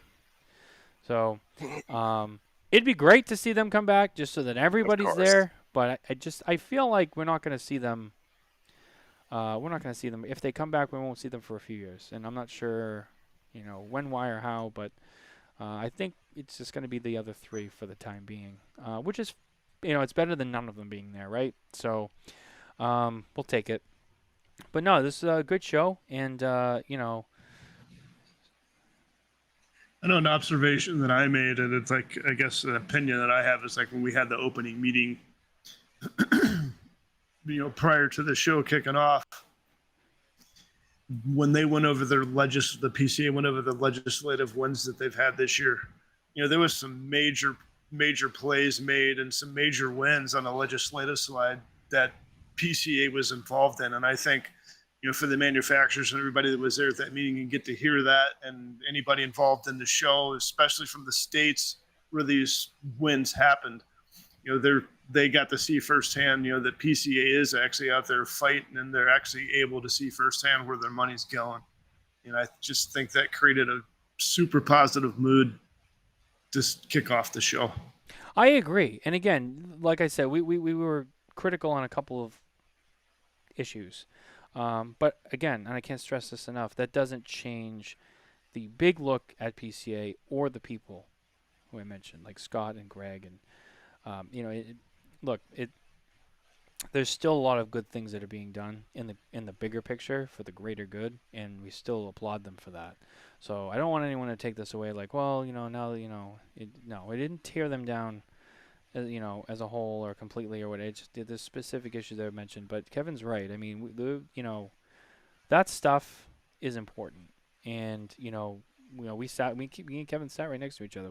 They went through all the numbers. They went through all the, and there's a lot of stuff being done. I mean, they still have to deal with Judge Mehta, with his next ruling, whatever. But that's still being put on the back burner because I think he's also presiding over the January 6th stuff. So obviously, tobacco and cigars is definitely not a priority, which, I mean, it makes sense. But but in the meantime, they've been doing good. They've added, Kevin, was it 4 states they were able to pass a tax cap through this year? Connecticut, they were able to pass the bill so that way they could, start cigar bars again. So they overturned a flavored ban somewhere. I can't remember what state it was, but they overturned a flavored ban. They did, and you're right. I can't remember the state. I'm trying to remember what state was that. Yeah, it was up your way somewhere, I believe, wasn't it? Well, it wasn't Massachusetts, and I doubt it was New York. I should have written it down. I couldn't remember. Was it maybe Connecticut too? It might have been. Or Pennsylvania? I don't know. I don't know, but yeah, you're right. And I can't remember which one it was. But they did. And again, it's state stuff, but it's still important because even when states do things, I mean, other states feed off of that. So it radiates. It does. So I mean, when you got 4 states that implemented a tax cap, and what's the total with tax caps now? Is it 15 states? 16 states? 16 states, I believe they said. That's a lot. That's a lot. And that's, and remember, that's 16 states with tax caps. And that's not like the couple of states that out there that don't even have cigar tax. So, I mean, you're talking almost half the country. I mean, that's good. That's what you want. I mean, you still got New York and California, Massachusetts, and Vermont, and I think Maine. Actually, maybe Maine was the flavored one. No, I don't think so. I don't remember. I'm gonna find out. I should have written it down. Yeah, I don't want to speculate and guess. I don't want to speculate, but one state definitely did, and I can't remember where, but there was one state. But there's still a lot of states out there that do have high taxes and stuff, and it'd be nice to see those states, kind of get around that because it is crippling, and you don't want to end up like Mitchell in Canada because it is real. Perfect example. I acquired a lot of stuff at the trade show that I send back with me, and I can take whatever I want. Mitchell, at the end of the show, had to go through all of the stuff, all the cigars, all the samples he acquired, and he had to pick 75 cigars that he wanted to bring with him. And that was really even should have just been 50. And really, it should have been 50, but he said, "I'm gonna go for 75 because there's just a lot here, and I want to take it." And I don't blame him. And he still crossed the border into Canada, and they charged him $300 on duty for technically. Mitchell, correct me if I'm wrong. Technically, that duty is owed on the 25 extra, correct? That's correct. So it's only on the 25 that was over the 50. So the 50 is the 50 you're in and out. The 25, so he paid $300 for 25 cigars that he got at the trade show. Now that were technically free. That he didn't pay for. So I mean, it's not like he really got butt raped over it. It's not like he bought all this money in cigars. He still had to pay. But it's still like, just imagine like you come across the border and you got to pay just $300. It's like, it's not fun. It's not. And it's unfortunate, but it's a reality that could happen everywhere else. And Mitchell was gracious enough to give us some of the CAO Borealis that has Canadian grown tobacco in it. And he gave it to me, and it was the first time that I had ever seen a cigar with plain packaging on it. And I remember looking at him going, "Oh, is the real band underneath?" And he goes, "No, because this was only for Canada, so they didn't need a real band." And I went, that sucks. That sucks. I didn't ask the real band. I'm like, "Wow, do all your cigars look like this up there?" It's like, "Yep." Wow. That's just crazy. So yeah, that could be your life if the PCA doesn't help you. So again, in conclusion, the PCA is still a great organization, and I do support them, and they've been doing some really big stuff. But they got a couple other little things they got to work on, and that's fine. And I have confidence that they can, because we've seen it. So I'm going to end it there for now. I mean, this was a good show, but I want to save some for when Coop comes back, because there'll be a lot more going on there. But no, once again, thank you guys for watching the show. Thank you for listening. Thank you for subscribing if you haven't. Head over to smokeandtobacco.com for all of our PCA coverage, as well as all of our industry news and our cigar reviews and everything else that we have going on. Who's on Wednesday? Well, Are we allowed? Well, Wednesday was supposed to be Jose Blanco, but unfortunately, due to personal reasons, Jose has had to reschedule. And everything is okay, but he just had some. He's fine. He's just had some things. He had to move some stuff around. It's not a big deal. Not a big deal, but he had to reschedule, unfortunately. So we're working on a replacement and getting him rescheduled so we can still get him on, because we have a lot we want to talk to Jose about, because it's always a great time when we have a conversation with him. So that is a TBA. It is a to be announced, because I've had to pivot that. So stay tuned for that information. And then the week after that, we have Nick Perdomo coming on, and we will be smoking the 30th anniversary from Perdomo Cigars that will be shipping later this year. So don't miss out on that show. It's going to be a great one. And then, 2 weeks from tonight, we're back at it again. Spare Notes, and Cooper will be back to talk all about the Costco food court and Junior's cheesecake, because I think that's the only thing that really he has I'll be back. on me. I'll be back in the comments. Mitch will be back in the comments, and Kevin will be the full-time ride from Smoking Tobacco with me and Cooper. Woohoo! So, and he looks good out there with his studio. He's all set up. Matt, you're gonna be outnumbered. I know. I'm gonna be. What a bunch of old men. The old farts are gonna get you. I know, all the old people. It's gonna be like an old country. You gotta watch out for those old white guys. It's gonna be like going to Old Country Buffet at like 2:00 on a Wednesday. Oh man, scary. Well, you're really pushing your luck there, Mateo. Oh man, I do it because I know I can. I'm gonna get with Jose and come up with a diet plan for you. Oh, I'm sure you will. You can get with Carney's guy too, because apparently Carney needs one too. And we're like, what the fuck?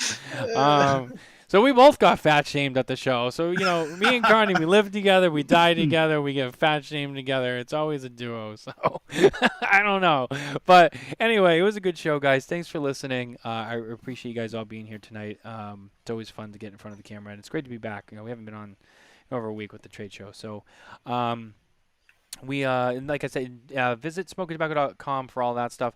Also, head over to our YouTube channel if you just want to see the videos. All of the show interviews that myself, Mitchell, and Kevin did from the trade show. There's, I think, Nicole said like 90-something videos. So head over there. You can check out all of the coverage from the trade show floor. You can see the interviews, see the questions asked, see the products firsthand.